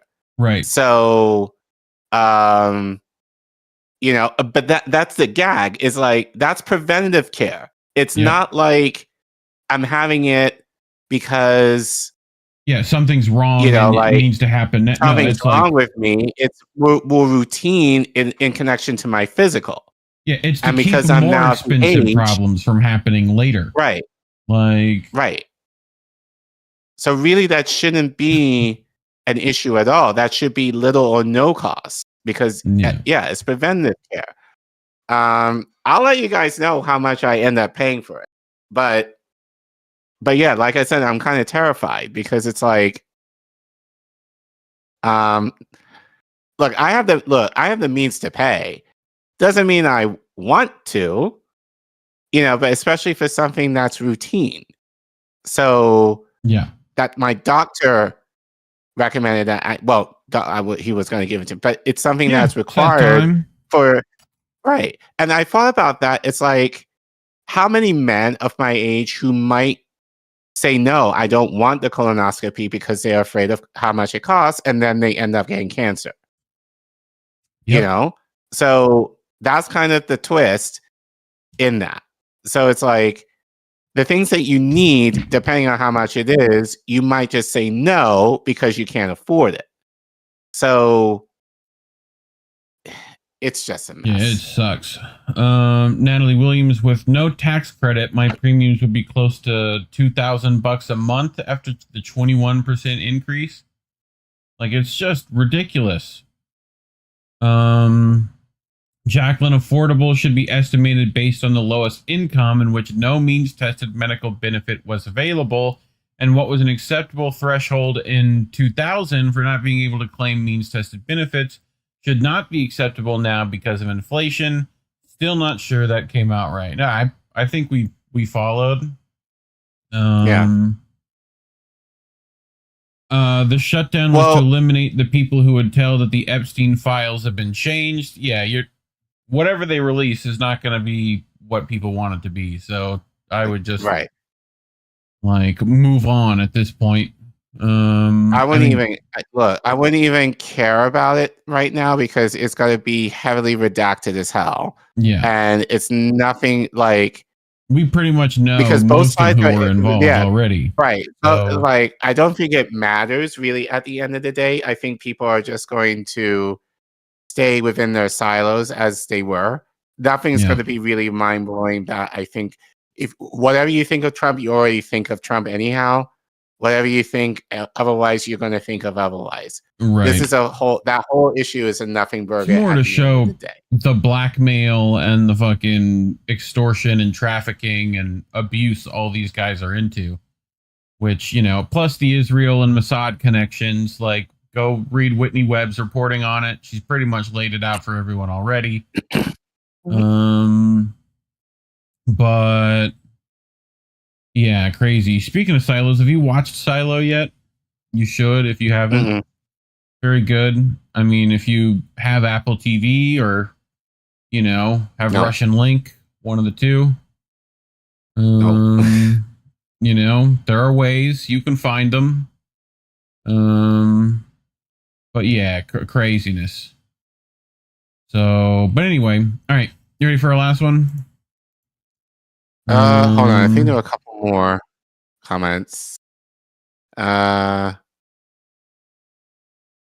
So, how much of that money paid towards healthcare actually goes to healthcare? Jacqueline asked.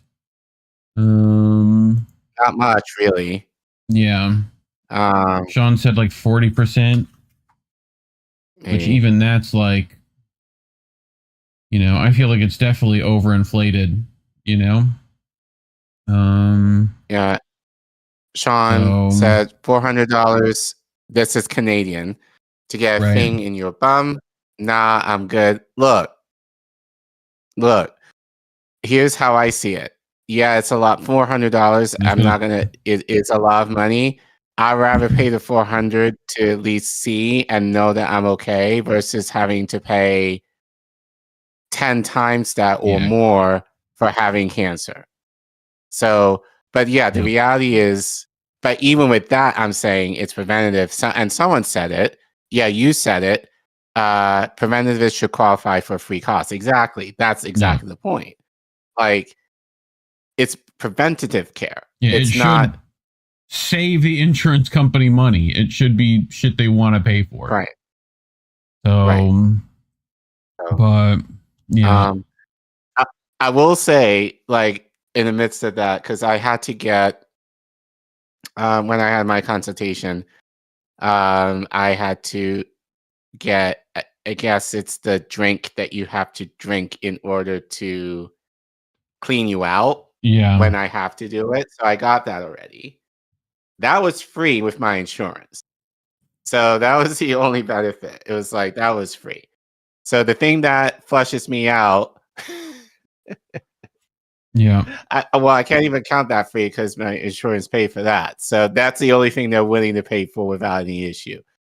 But yeah, like I said, I'll let you know how much it costs. Right. Out of pocket for me. Well, not out of pocket after my insurance takes care of it, but I'm not looking forward to the procedure anyway, even though I'll be knocked out. But yeah, it's the idea of like things that should be preventative, like your physical and all that kind of stuff, you're still being charged. And it's like, why? Like, yeah, you know, you're doing them a favor by checking. So, and don't even get us started on fucking dentists. Like, they're even worse. Yeah. Like, holy shit. Anyway, even with that, I have to go back because I have gum disease, and just due to the fact of not having dental insurance for like forever, by the time I had it, like my gums were shot. Like I had to go, but I had my teeth cleaned like a couple of weeks ago.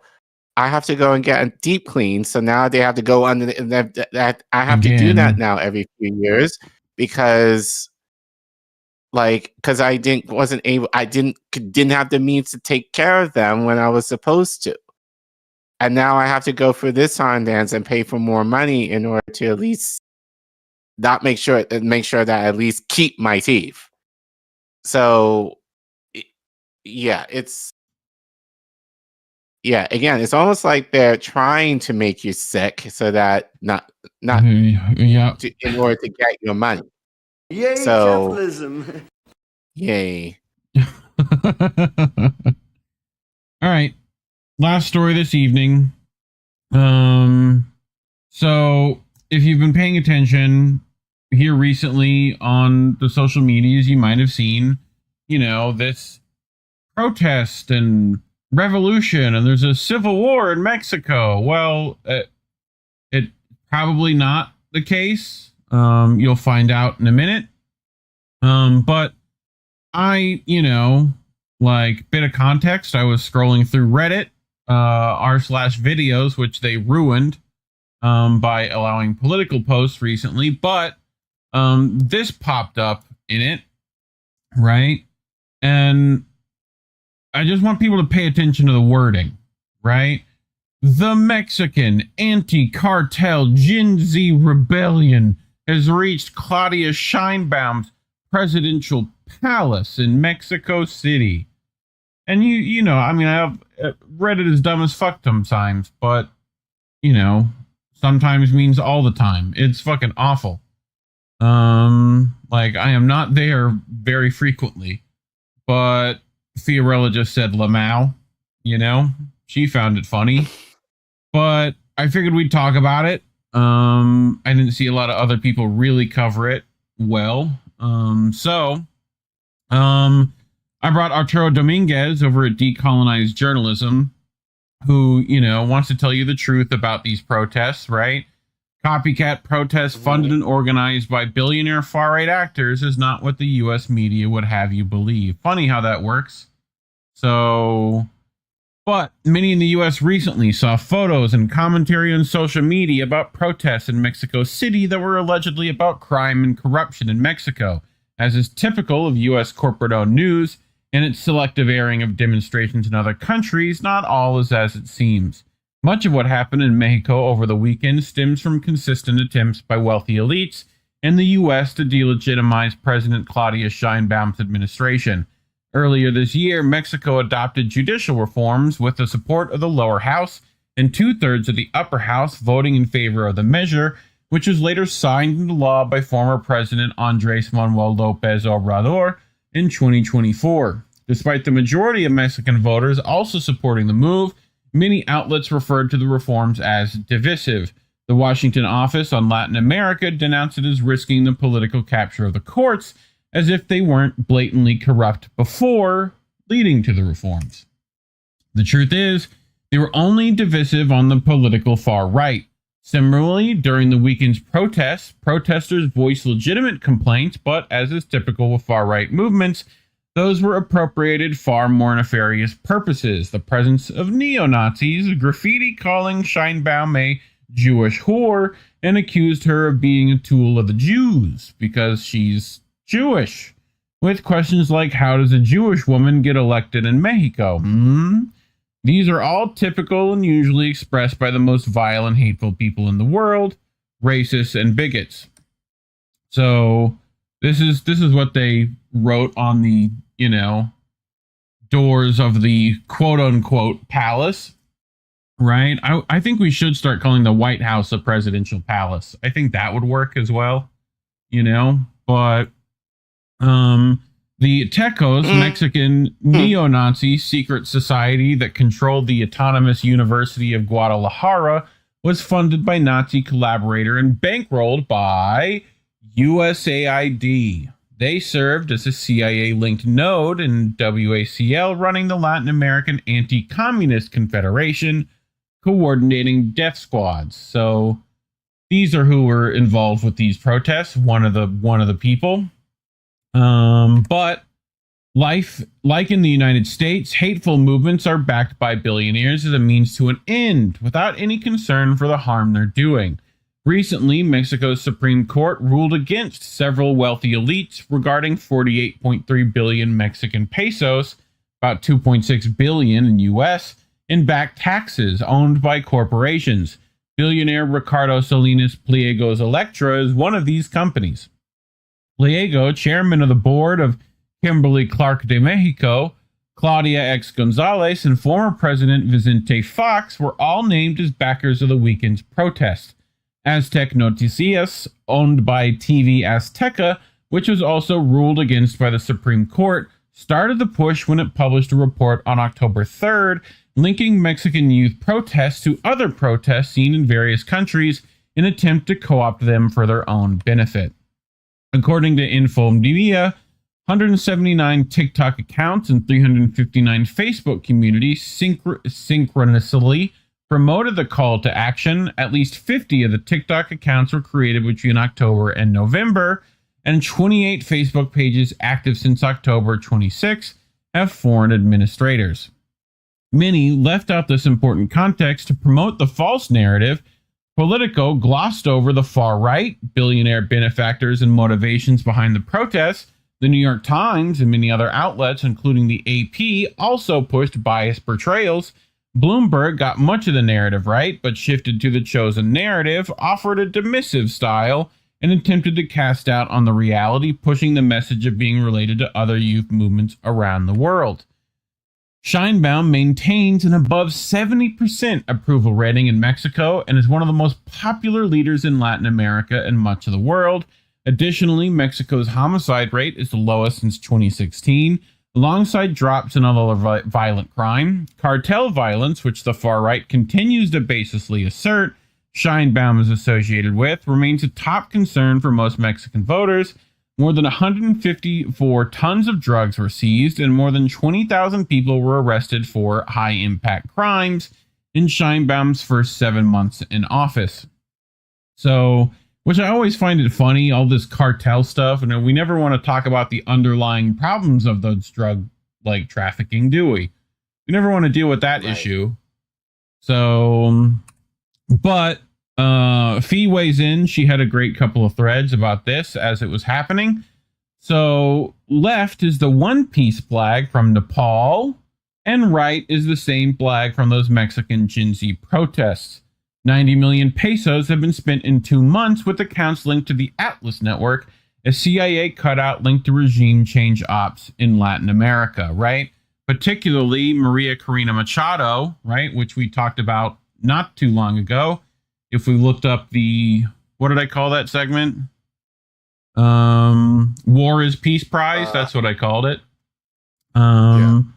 So, you know, she's also Atlas backed. But, you know, regime change operations in Venezuela, which this is definitely what it sounds like to me. It sounds like a lot of this, like, cartel Monroe Doctrine nonsense, right? But here's Vicente Fox wearing the uniform, right? Former president, right?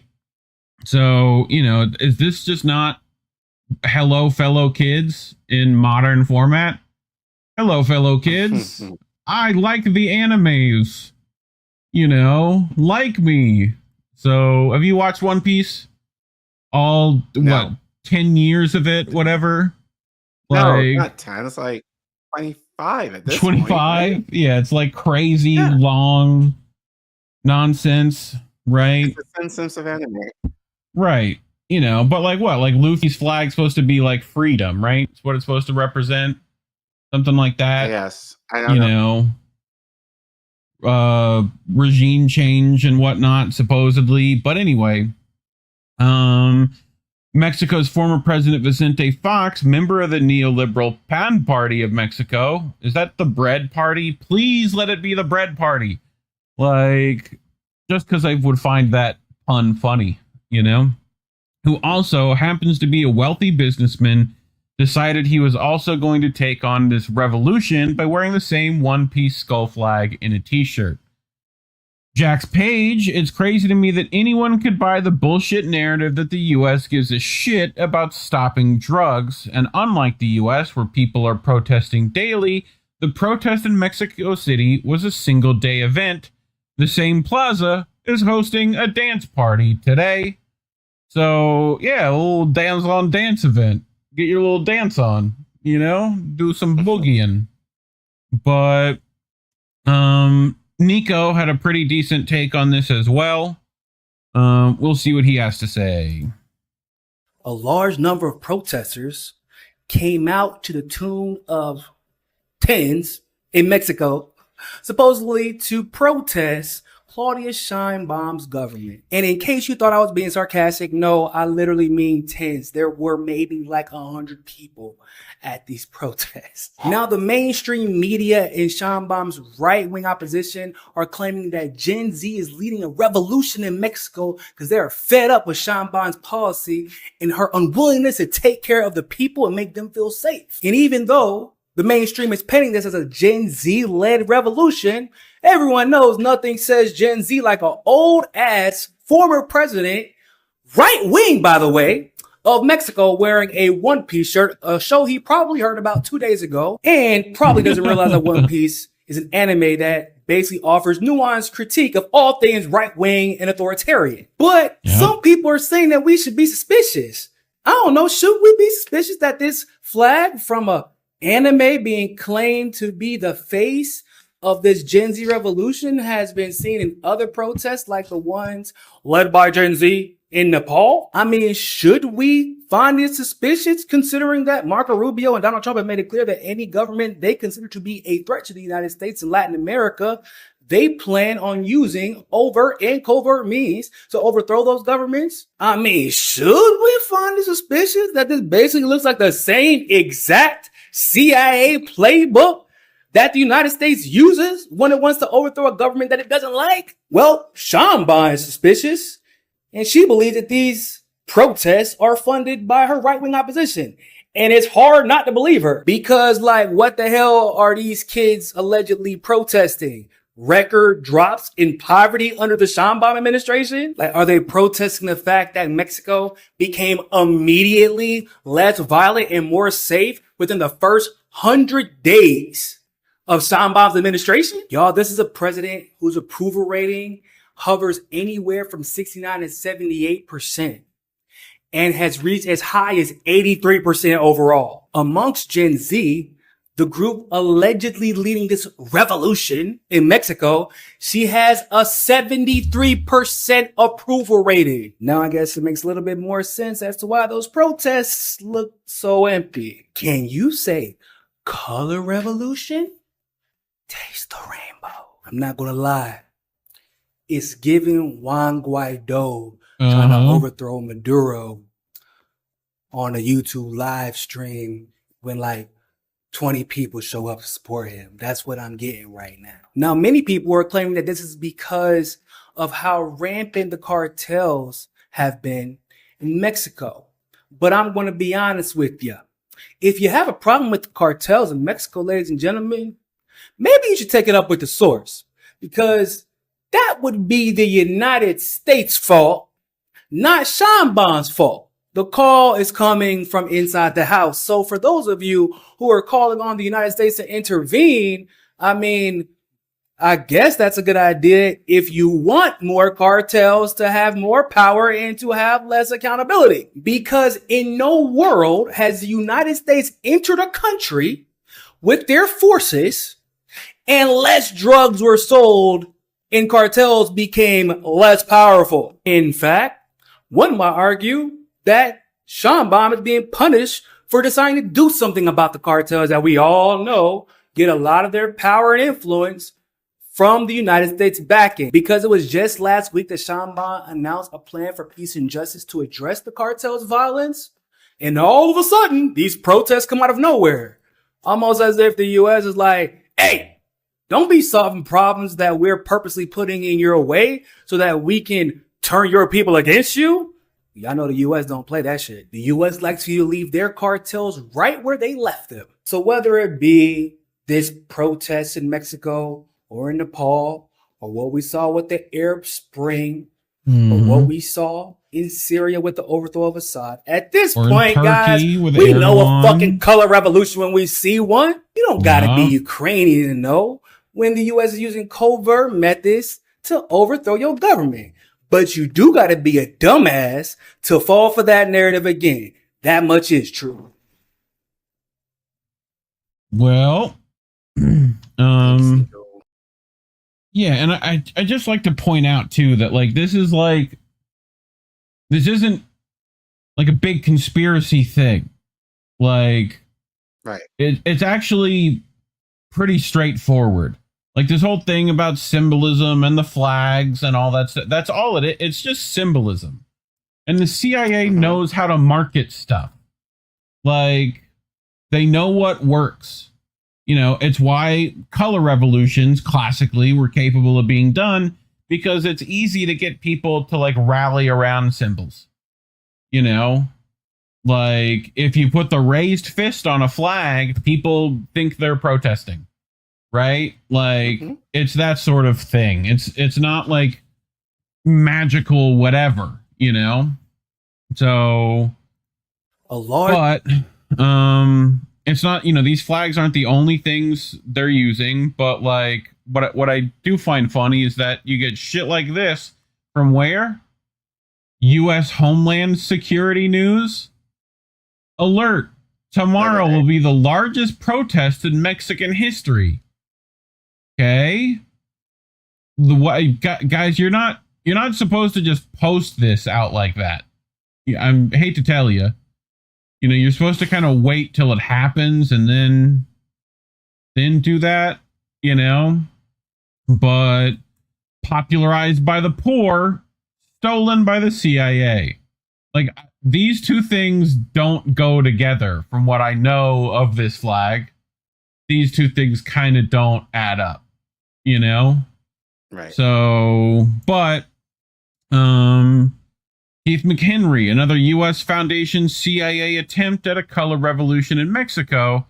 Anarchists and allies protest this attempt to install a U.S. corporate puppet like they did in Nepal. Now, Keith actually has some more information that I forgot to bring about. He knows like some organizations connected to Food Not Bombs in Mexico, right?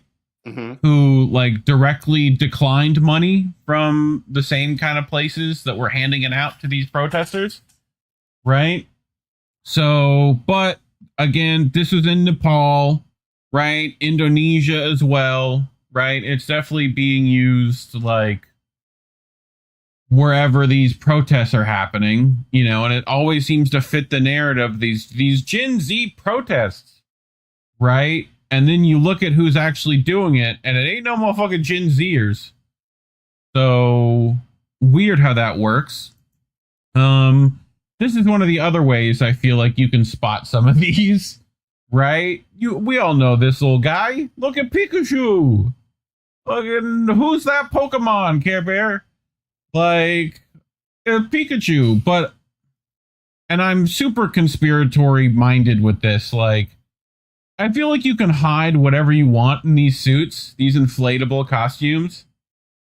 Like, if you wanted to be a CIA agent in full body armor, like, you totally could. Like, it would suck. They're hot as hell in these fucking things.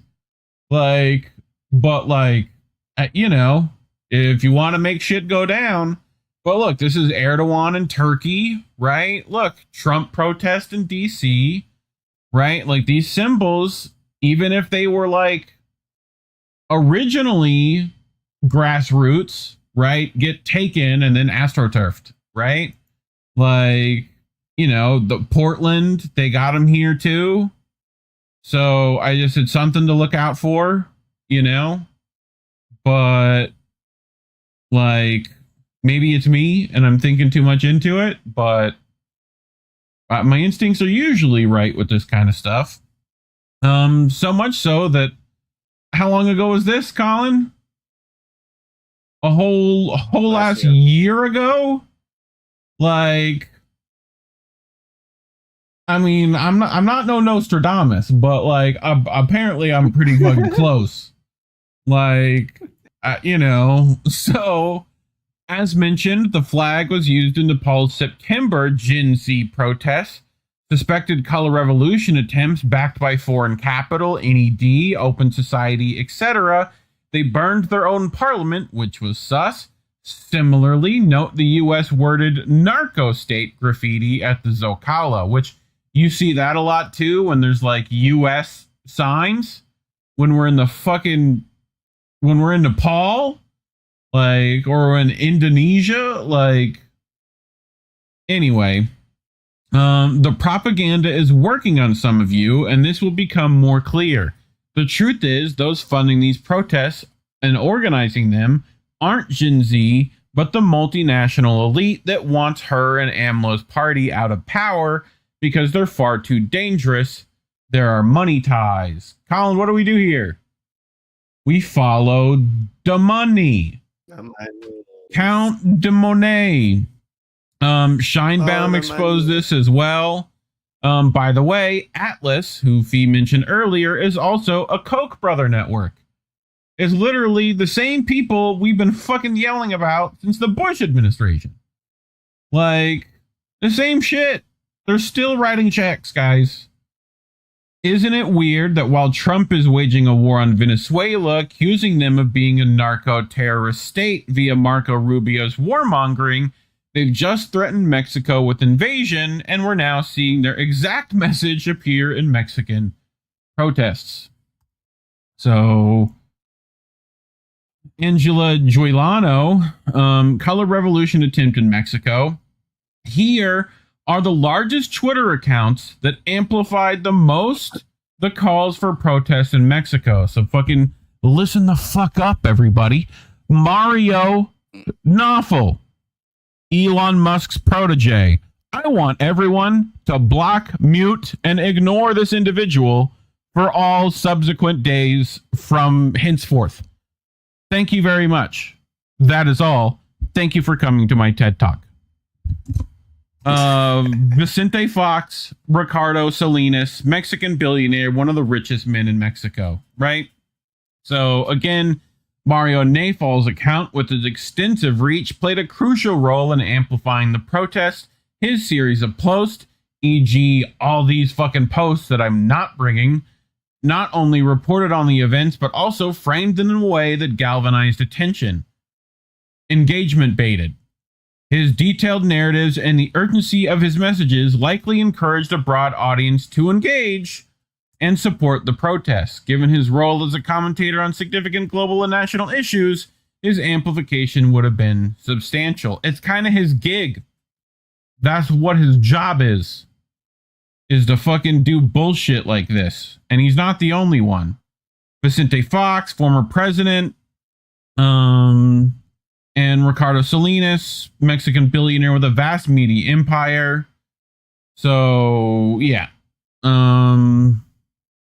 Cross-platform amplification. Yeah, I mean, they're using social media everywhere. So, keep that in mind and stop engaging with the engagement bait, idiots. That would be nice. Mute and block. That's the way you deal with this. Jack's page again. The U.S. is determined to take over the entire Western Hemisphere. Gullible Americans eat up propaganda, and suddenly everyone is a goddamn expert about Mexico. I've lived across the country for 2.5 years. This is inorganic.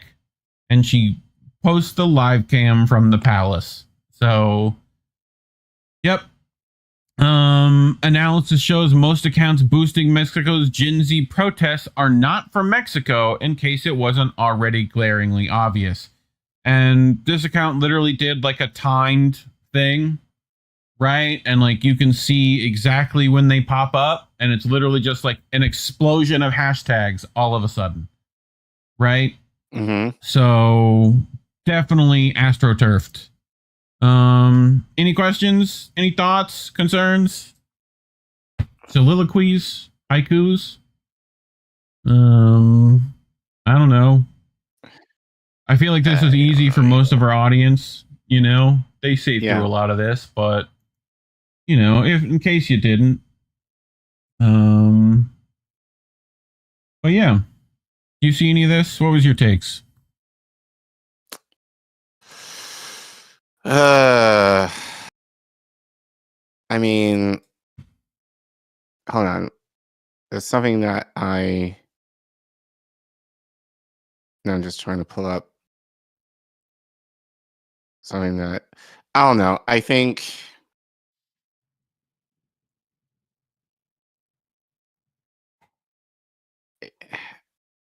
I don't know. It's just I don't know. It's just odd. Yeah. Like just predictable. It's just odd. Like nonsense. you know, so I don't know. I'm like you. I just found it kind of laughable and ridiculous that it's mainly the media part of it, right? That the media and the social media just went with a narrative, you know? And it's also like just showing people how to spot these in the future, you know? Like, not everything, we shouldn't be taking anything with face value right now. You got to be a little paranoid these days. So, but yeah, that's all I got.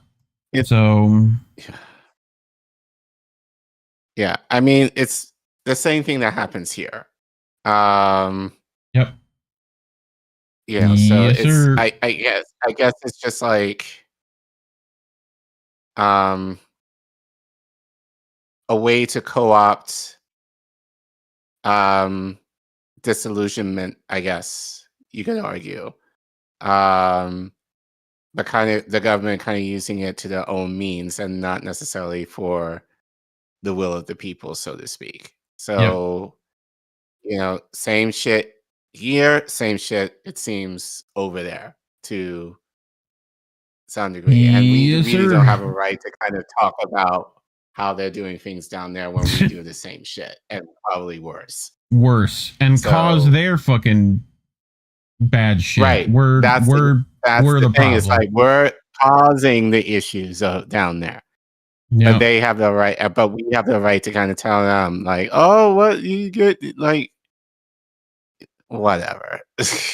Yeah. That's what makes it odd, is that we're causing their suffering and we're policing them in their tone in terms of how the youth are choosing to dissent, which they're going to. So, well, exposing psyops like these is brought to you by viewers such as yourselves, because YouTube definitely won't. So you could scan that QR code on your screen, go to ko-fi.com/Indie News Network. Links to donate are in the description below if you would like more reporting such as this. Otherwise, do all the engagement bait that I asked you not to do earlier, but for us, definitely do. Go like and subscribe, hit the share button, and leave a comment. Click all the buttons on the screen. You know, let us know what you think. What color revolutions are next? You know, where are they going to put these? Where's that Luffy flag going to show up now? But anyway, thanks for watching. Collin, we did it. We did another week. We did it. Yay. Chat, what did you have to say? Anything good? Chat, you guys on it? Let me scroll up.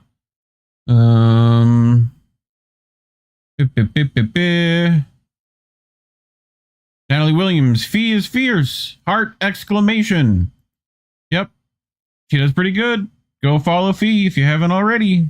Go watch her on Truth Wire.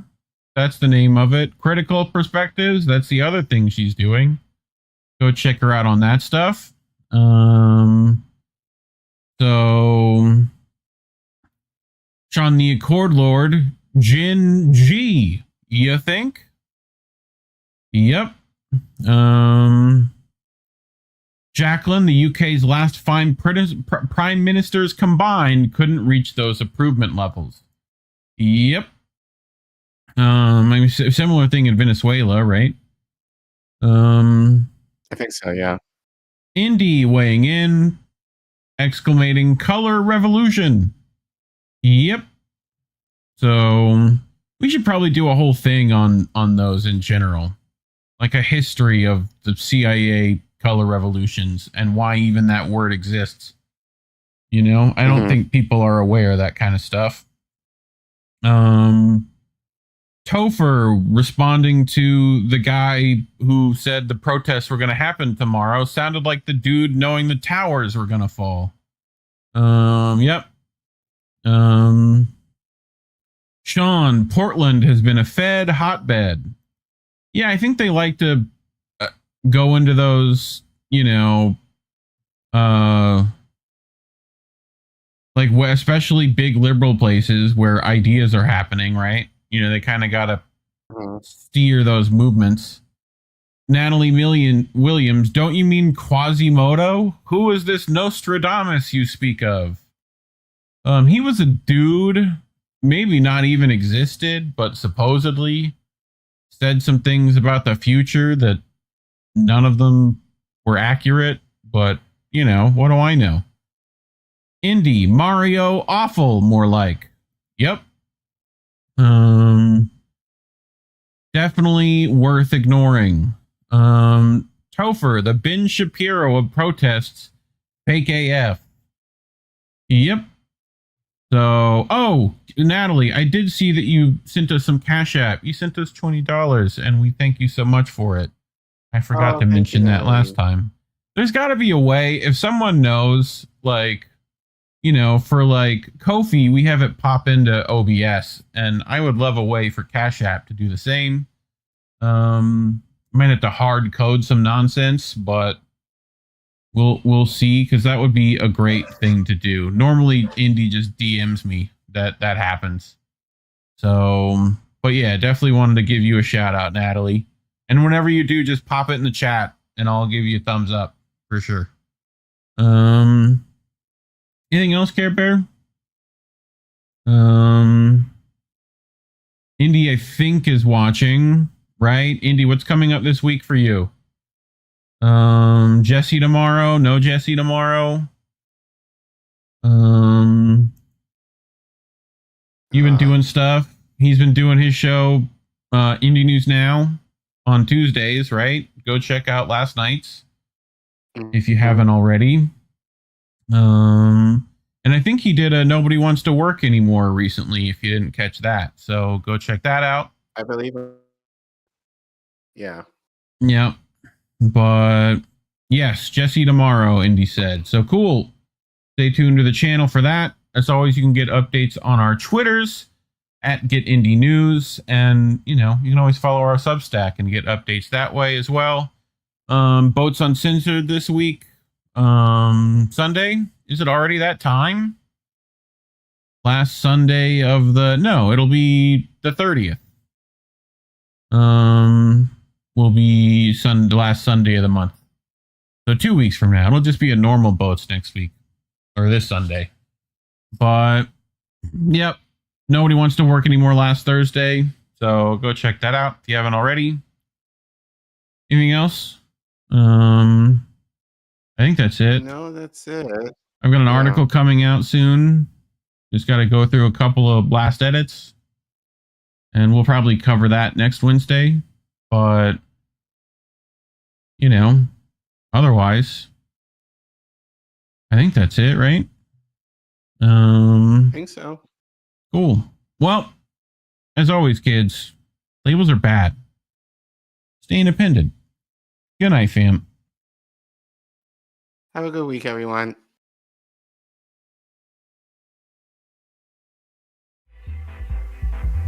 There's a difference between peace and liberation, is there not? You can have injustice and have peace. Isn't that correct? Peace and be enslaved. Yes. So peace isn't the answer. No. Liberation is the answer.